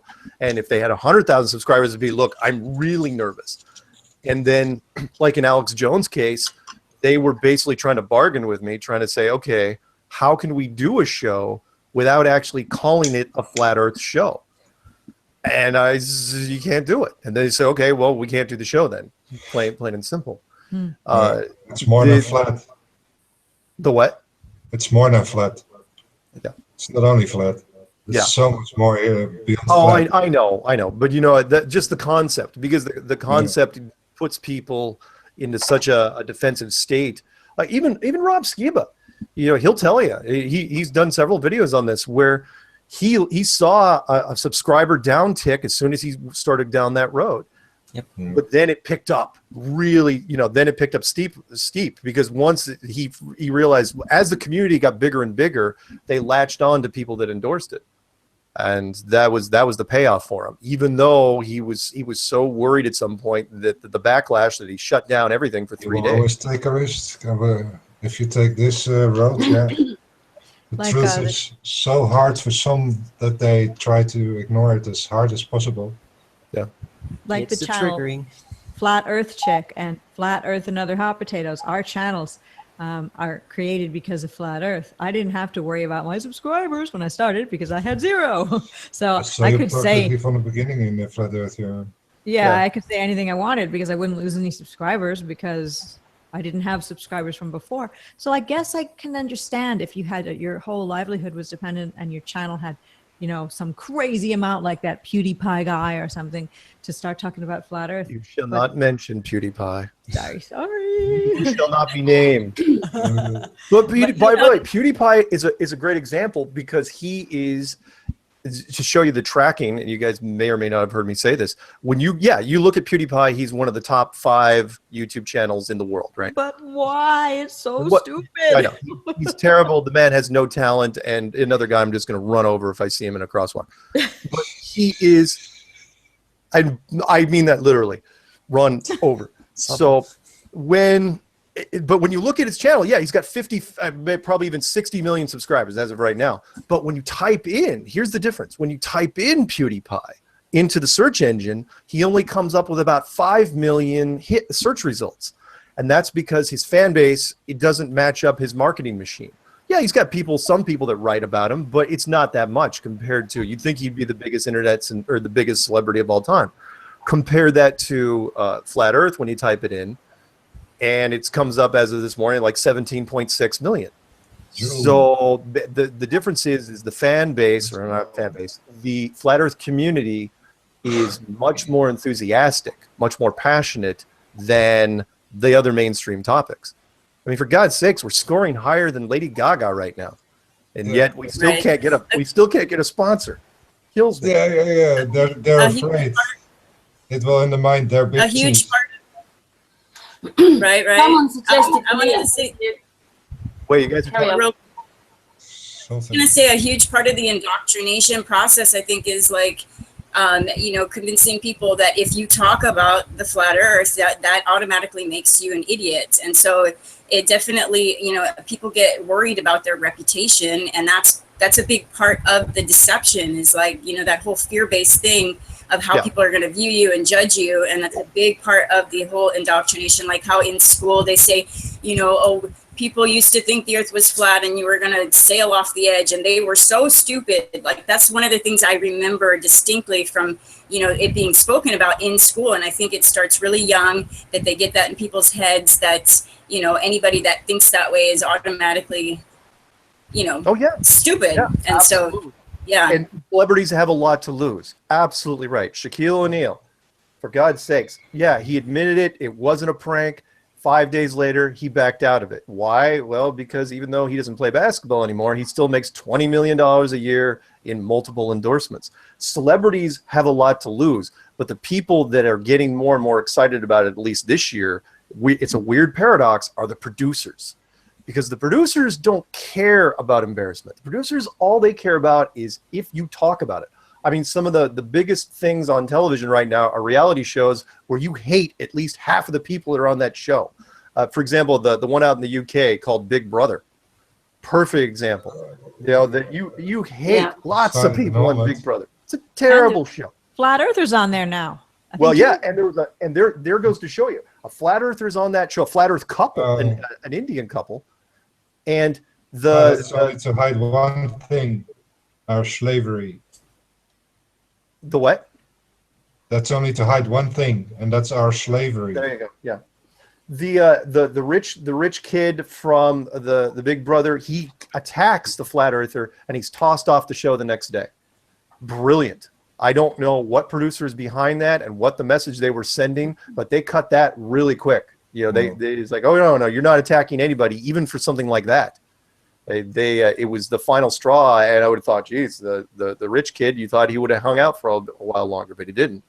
So it's going to be interesting to see if any other celebrities walk forward. I mean, Kyrie Irving actually did okay with it, and Shaquille O'Neal survived, and the other people survived. but we're on this side of the pond. We're still waiting. You think about somebody like David Icke. If he's got so many fans, and like if he was to come out with the flat Earth truth, because I think he knows, but that's again, I know he wouldn't want to lose his fan base. So if someone like him, or Alex Jones or somebody like that came out, it would be huge. Well, again, there's so many cool YouTube channels that are bigger, even bigger than David. Like I know it sounds horrible, the channel name, and Trish knows what I'm talking about. HIGA NIGA, otherwise known as Higa Nigga, which is weird because it's an Asian kid. But he's got like 5 million subscribers, and he does this kind of a little pseudo parody of Flat Earth, and it's got, I don't know, 7 million hits right now. And the exposure that one video had was invaluable to us. And there's big channels. I don't even blink anymore when like a channel with 100,000, 150,000. It's like talking about Flat Earth. It's like, yeah, okay. Anybody else? It's like I kind of sneer at them a little bit, but it's still growing organically in a lateral direction, which I love. In fact, I'll tell you a quick story, which I just heard about this morning, and I don't know the name. Hang on, let me see if I can pull it up on Skype real quick. 1 second. You didn't save the story for my show. Oh, how dare you! I completely I forgot. In a sense, I'm actually never watching these shows. Only the actual kind of researchers who are on YouTube and having their own material online, in the sense that you're always exploring the ideas instead of all that people and event stuff, but it's just a distraction for actually thinking about the ideas. Yeah. The here it is. There was a thing. This is gonna, you guys will understand this. Did you remember when the internet channel, the YouTube channel, Infinite Plane Society was doing the chat raids not too long ago, where he was doing a hangout like this, and there'd be, I don't know, 400, 500 people sometimes in it, and he'd go, okay, let's go into a subscriber, somebody that's got 1 million subscribers, and let's just flood the chat room with flat Earth propaganda, flat Earth slogans, and it was called a chat raid. And they did that for a while, I don't know, a week or so, and it went fairly well, and they recorded the video. They're recording the video reactions of the people that were doing it. So here's what was interesting. This morning, so I won't mention the guy's name, but there was another game out there called Robo-Blocks, right? And his son was playing it. He had a young son, and he goes, and the server was raided by flat earthers. And you're thinking, all right, so what, right? Well, we didn't sanction any of that. That was just some spontaneous group that was formed. Oh, kind of like if we all did it right now and those in chat. It's like... Yeah, somebody was watching another thing that we had done. Kids, they like to imitate. Oh. So some kids got to figure this out. It's like, hey, we should do that too. And they formed some sort of group and went after this server. And we have no record of this. I only had to hear about it through this guy. It's like, yeah, by the way, because I was going, wait, we didn't authorize any attack on that server. So it was just command didn't authorize this assault. Well, you know what I mean? It's like I didn't stamp that. What? Who's going out and bombing villages? But the fact that that's happening on its own, there's a lot more out there. This thing is. Remember I said I still think that 90% of the flat Earth community is in the closet. There, for every one of us, there are hundreds, if not thousands, of people out there that they don't know who to talk to. They don't have the technical ability to do even a hangout, let alone make a YouTube video, or they're surrounded by people that they can't trust to talk about it with. Yeah, there's a guy who's coming to film my meetup on Sunday in Houston, Texas. I'm doing a dinner, like a mixer kind of dinner, second year in a row, and he's coming to film it. He is a videographer. That's what he does for a living. And he is not out of the closet, flat Earth wise. Yeah. He does make videos. Still have to conquer the fear. Yeah. But this will help. Tough. He'll be videoing the event, but with all flat earthers who will be totally chill, totally nice. It might make him think, well, I can't tell my work about this. I can't tell my family about this, but I can bond with these people who live close by me and at least have an outlet for this. Because You know what it's you can't be a flat earther and be completely isolated. I think you'd go nuts. You know what's probably going to come down to, Patricia? I hate to say this, and I can't stay too much longer, but I want to get this out, which is it's probably because we don't have any identifiers, right? It's not like Fight Club, the movie Fight Club, where people walking around with bruises and black eyes, and you figured out who it was, like, oh yeah, that guy's in Fight Club. And it's something, and again, not to equate it to the gay community, because we don't have any rainbow stickers on our cars and any crap like that. It's probably going to come down to like a button, like I hate to say it, but it's going to happen. It's probably going to be a Fepe button. Is probably what it's going to be. It's like here, like somebody sent me a little flat Earth button right here. I got this in the mail, right? I got, yeah. I mean, you should see the crap I got. There's a flat Earth watch. I got T-shirts. I got paddle balls. I got all sorts of fun stuff. Merchandise, Flint's T-shirts. Whatever the landfill. Whatever the. I'm sorry. Go ahead, Karen. You just said that you didn't want to stay too much longer, but Gary would like to just say a few things. Gary, sorry to change the subject. Oh, is Gary still here? Yeah. His bandwidth, his internet. Stayed up at 3 o'clock in the morning. He stayed up to talk to you. Oh, well, sorry, Gary. What's going on? Okay. No, I think I've actually covered it with you, Mark. I've obviously sent you the email with the changes for the Friday. Oh, right. Wait, changes for what? The changes to the event for the conference for the Friday. Oh, right. Yeah. Everything's cool so far. In anything you want to do, I don't care what it is. Just assume that I will say yes, short of karaoke with dancing. I don't think I could pull that off. We were looking forward to that. I might. Okay, maybe karaoke. I'm a terrible dancer. I might be able to sing a little bit. I want to go to the conference in the UK. It's a ways off to consider buying tickets. Yeah, it's a ways off. I mean, but who I knows still what's going to happen between now and then? We got to still think if we can make it to the Yeah, I think mainly that was for Patricia, because when Karen and I had a conversation with you the other night, Patricia, I hadn't actually come up with this idea at the time. But just to give you an overview, basically, in addition to the 2 days, because we're restricted on numbers, because we've only got a hall that can take 275 people, that includes speakers and call people to help. My brains on how to actually not only get more tickets, but also how to make it more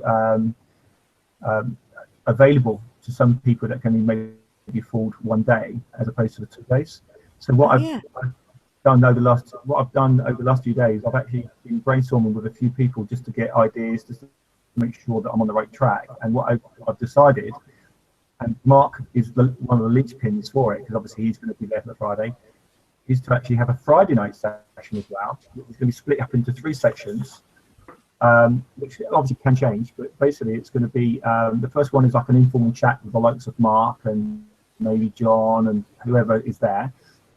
Open mic session. So anyone who's actually there, bought a ticket, can obviously then explain their journey. They can actually ask questions about things they don't understand. So that's an open session. Cool. And then the third part is for people to actually do demonstrations, experiments, and actually do it live for people to take part.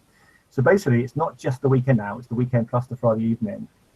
And I've got to be honest, the reaction I've been getting from people was very positive. So you'll have to say yes, you like it as well. That's a really great idea. For the one that's coming up in Raleigh, I know Mark and I are arriving a little earlier and staying a little bit after to just do, we don't know what we're going to do. It's November, but organize something, whatever that's karaoke and dancing, Mark. Yeah. Why always the karaoke and dancing? Thank you guys for having us both on. The only thing I want to add, but I wouldn't do it, where you have like Oscars and you have like the Tonys and the BAFTAs. I was actually wondering about having like the Antonios, but I don't think I'll go there. I don't want to give the person any credit. There you go, that's my idea for Friday, and I just think it's going to be a nice addition. The other thing is, Patricia, is that some people that can't afford the weekend, I'm actually going to split packages up. So some people may turn up just for the Friday because they're working at weekend or they can't afford it. Some people will have an option of buying a Saturday ticket only or a Sunday ticket. completely revamped it since our hangout with you on Friday, and I think it's actually better than it was. Exciting. It's good. You're kind of like beating it into submission. You're like honing it down. So I guess that's what you've got to do. Well, it's just something I think it's important. You're handling something you've never done before really well, organizing a whole conference for something as crazy as Flat Earth. Yeah. And he's put it together so quickly as well. You know, it's come together really quickly, hasn't it, Gary? Yes, I keep saying 5 weeks. I'm sure it's going to be creeping up to 6 soon, but it's about 5.5 weeks, I think. So, but it's people like you and Mark and people like Karen's been absolutely fantastic, and everyone on the Hangouts have all contributed, and Dee's going to help, and it's just fantastic, really. And I think we need it really, because there's a lot of negativity and there's a lot of rubbish that's been flying around, but at the same time, and the momentum that's been building with the Flat Earth has been quite incredible. I think that we just need to capitalize on it. Yeah, there's people that want to deal with the drama, the hate, the finger pointing, mudslinging, name calling videos. They can go enjoy that. That's fantastic. And then the other people can make connections, go to events, do group hangouts, help each other, share videos, do conferences, attend conferences, promote conferences. I see that. Oh, and of course, experiments and activism. That's the forward motion end. The other end, yeah, they have the right to do that as much as they want. Party on. But I'm not going over to that end of the pool. I personally would rather be proactive and actually do something for the good, and also not go out to try and destroy people. There's a hell of a lot of people in Flat Earth, as you know, that are just literally there just to cause mischief and to get a name for whatever method they use. And I don't hold with it. And one of the things that really gets me down is the negativity that in the Flat Earth. But then I suppose there's negativity all round on all subjects, and it just true. Yeah, it's bad. Human condition. I never liked you, Gary. Thanks. Thank you, everyone, and thank you, Karen, specifically. And I hope to talk with everybody again soon. And I will. Join us again, then. I will. If I haven't bored you, if you invite me again, I'll say yes. Oh, it was lovely. Thank you. Thank you at such short notice, really, both of you coming on, because it was quite short notice, really. We're problem at all. Always willing, and we always want to try to help, and plus we enjoy it. So I'm speaking from Mark as if I am Mark, but thanks, Patricia. It's awesome. I am Mark. We're all Mark. Are you both now? Are you and Mark, Patricia and Mark, are you both going now?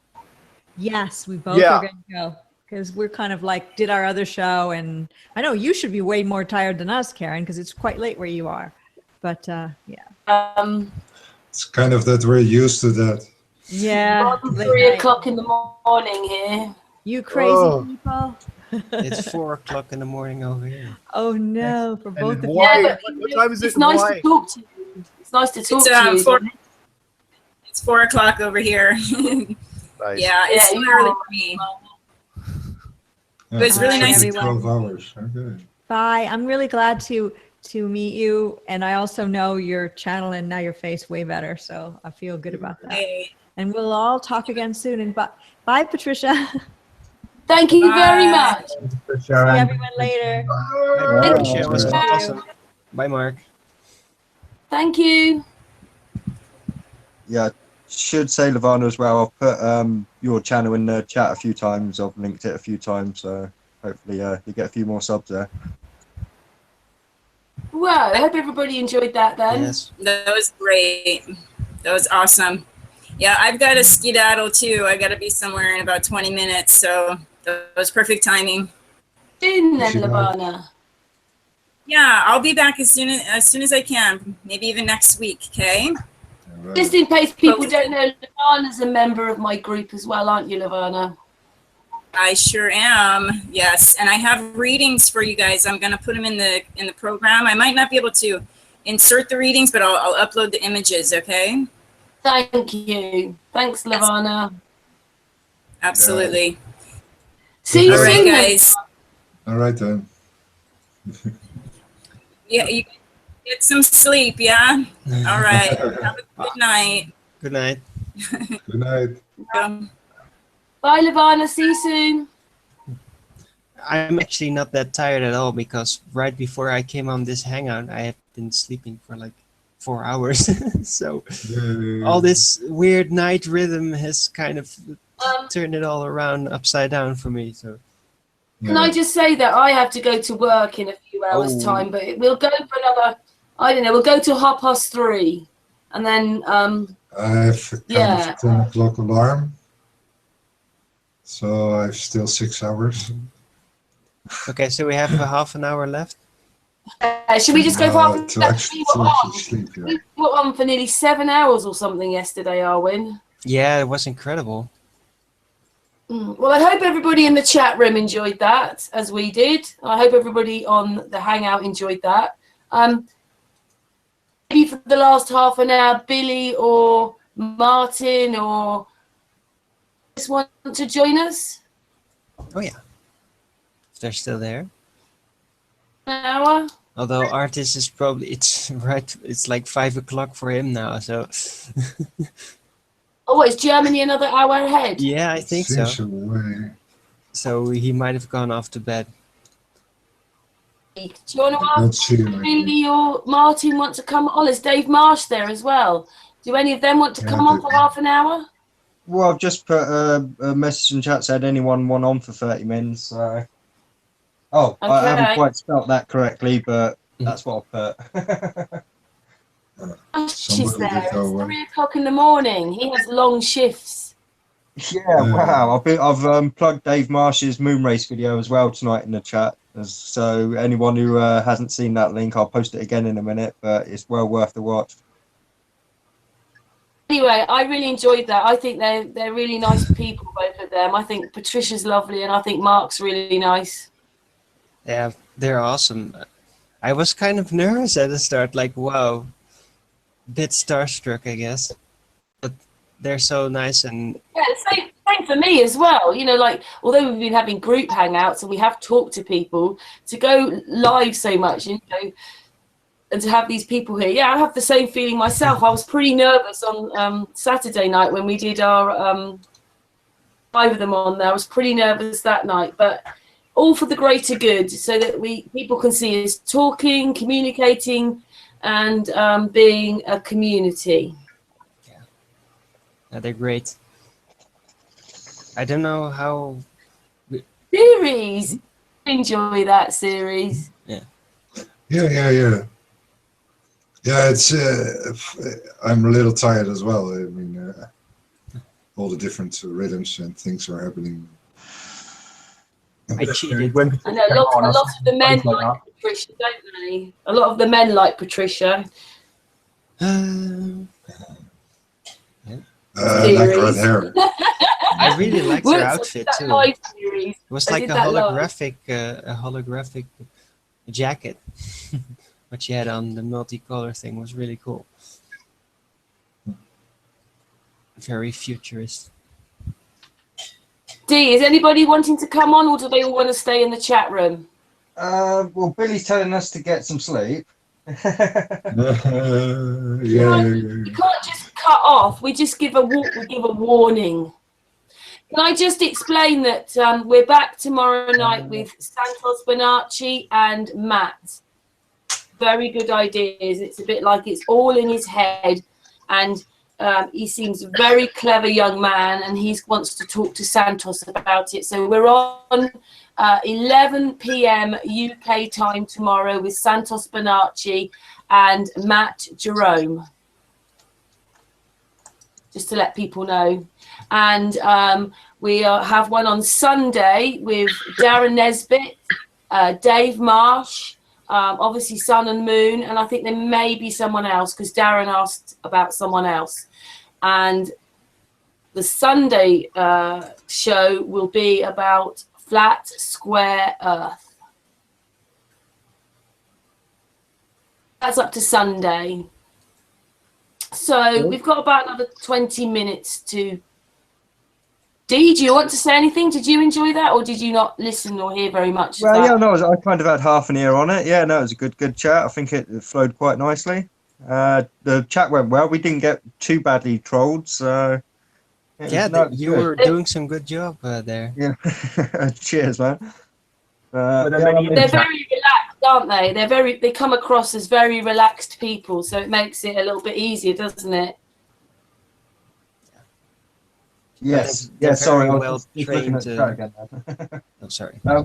Yeah, I mean, we have got somebody asking to come on. I think. I don't know if anyone knows them. I don't know them personally. Who? Democ. DEM. MOCH. In the chat, I don't know the guy myself. Okay, what should we do? Should we let him on? And you have to stay nice, Mock. Can you give D your email address? And Artemis and Artis Liberalis is asking to come back on. Oh, that'll be cool. Do I have to Hey, he's send him back. a link? He woke up. Can he just re-enter back on? Sending the link again. Oh yeah, no, yeah, Artis, you should be able to use the same link you used last time, mate, to get back on. Just jump back on now, bud. And also Ginger, and nobody gets on by getting lucky. That's how I managed it, mate. Could these people give D the email addresses then, or Artist email should addresses? be able to rejoin through the last connection. Join. He should be able to rejoin.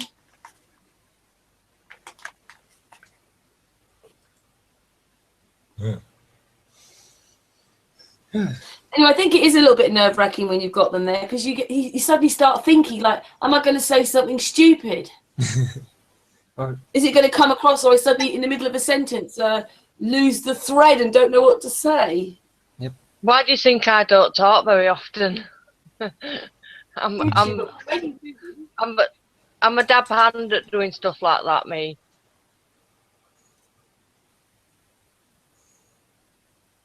Yeah, when you talk, Patricia, you always have something good to say, but you like listening, don't you? Yeah, I've really enjoyed tonight, although I must admit I fell asleep for about 10 minutes. Oh.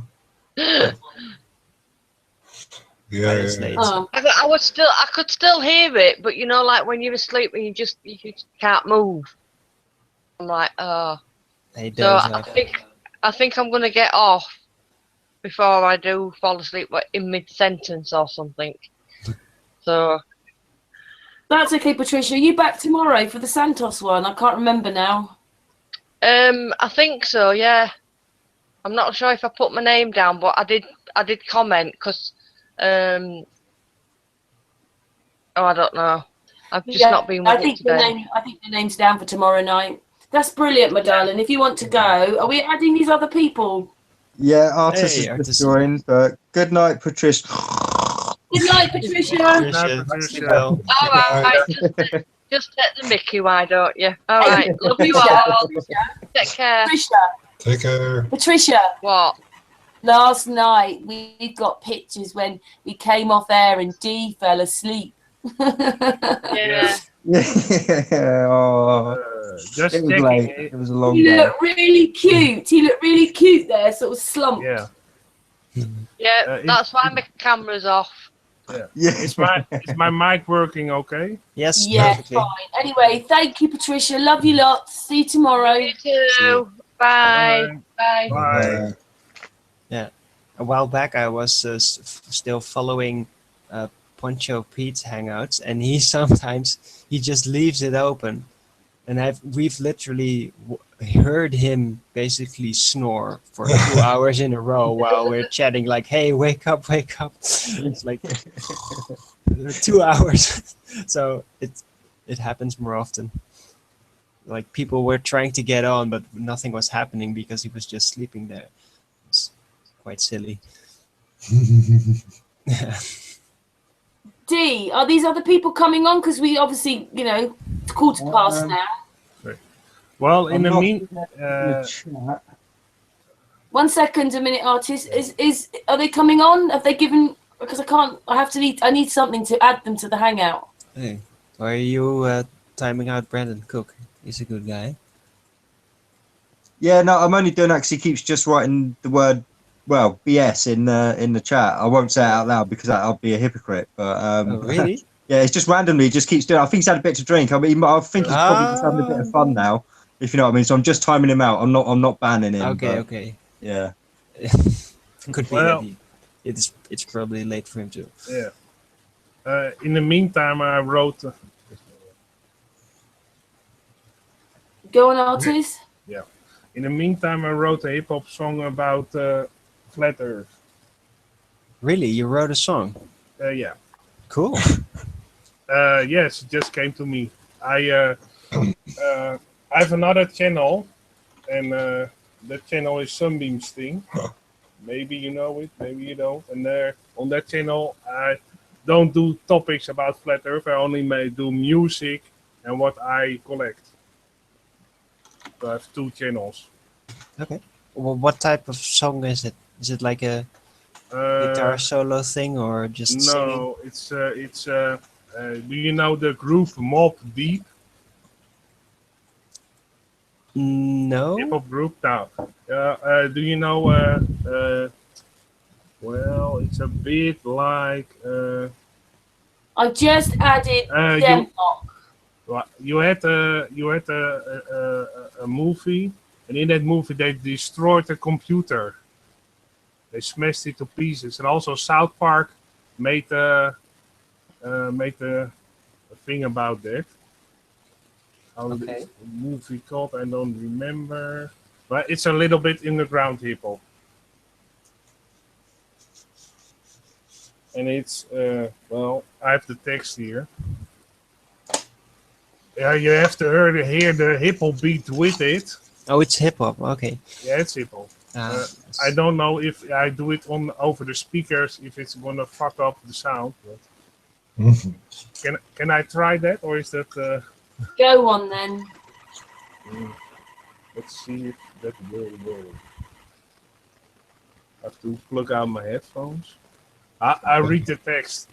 That's very easy. You have to have a beat with it, but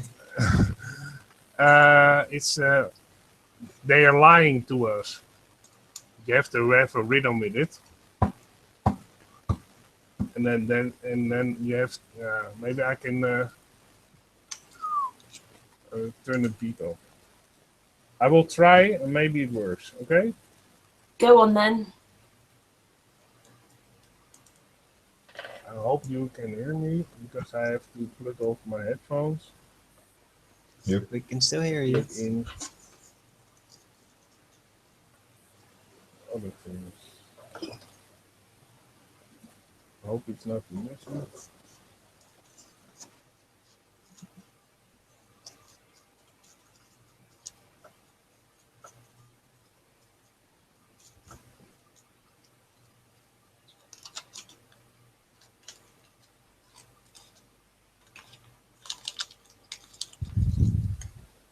Oh, Patricia said thank you. Patricia Steere. Isn't that nice?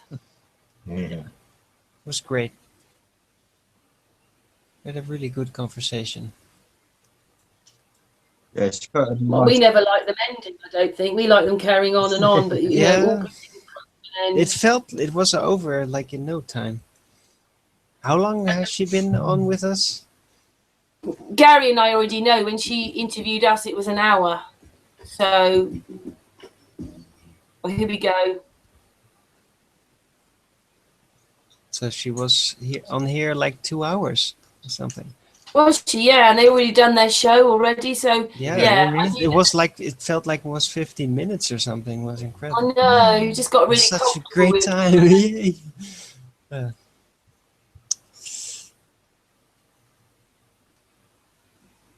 Artists. Artists. What are you doing? We're not hearing you now, artist. I don't know if artists. We don't hear anything. Other than a breathe. Oh, wait. Oh, that's why. Yeah, connection issues. Yeah, apparently. Still microphone issues. Okay, can you hear me again? Yes. Yeah. Well, it didn't work. Well, I will post it on my channel and you can listen to it. Oh, all right then. Thank you. Cool. Is Dem coming on or not then? I've literally just asked that question in chat now. Thank you, Z. Well, I've asked him if he got the link anyway. Yeah. But I can read the text. It's a very simple text.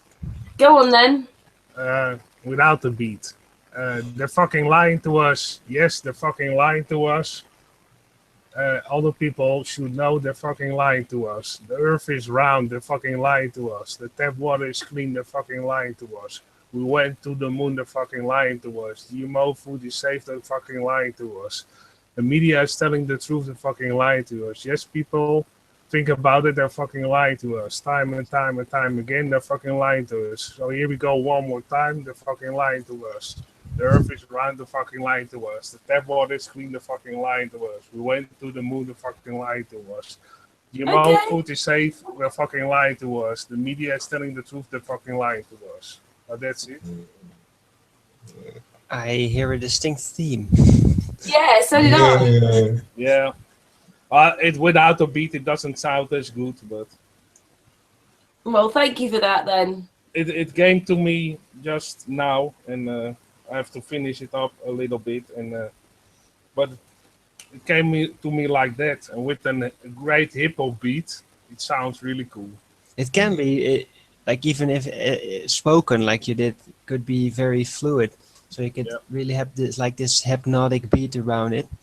It definitely has potential. The beat is the beat is like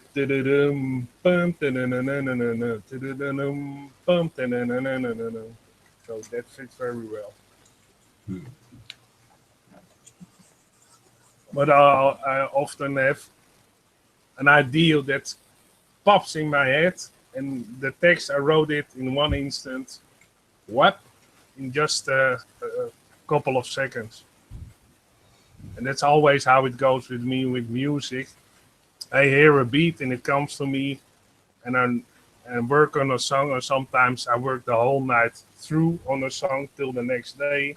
So sometimes 40 hours straight after each other, and then the song is finished. And it goes naturally. I don't have to think. The beat goes naturally, everything goes naturally, and then the song is finished. Cool. Yeah. I'd like to hear sometimes like the full works, what you could do. Be curious to hear. Well, if my music channel is Sunbeams Sting. Dus it is Sunbeams with an S and then Sting. Dus you have two S's in the middle. And there I have all kinds of music and sometimes remixes of older songs. And I also show my collection of Matchbox cars and Hot Wheel cars and wooden toys from the 70s. But that's a separate thing because I have one channel where I speak about the truth and the flat earth, and I have one channel just for fun.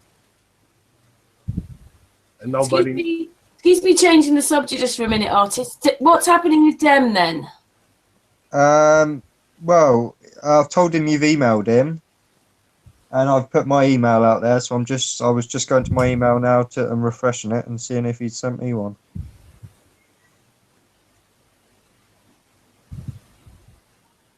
I can try adding them again. I'm not getting anything here anyway for a minute. It doesn't come up with anything on that. It doesn't. Usually, it shows me their name and it comes up with another box like your Google account. I don't get that. Like I say, if he wants to send me an email, I can pass it on to you from there. I added him. I saw the email in the chat, but I don't know if it's a correct one.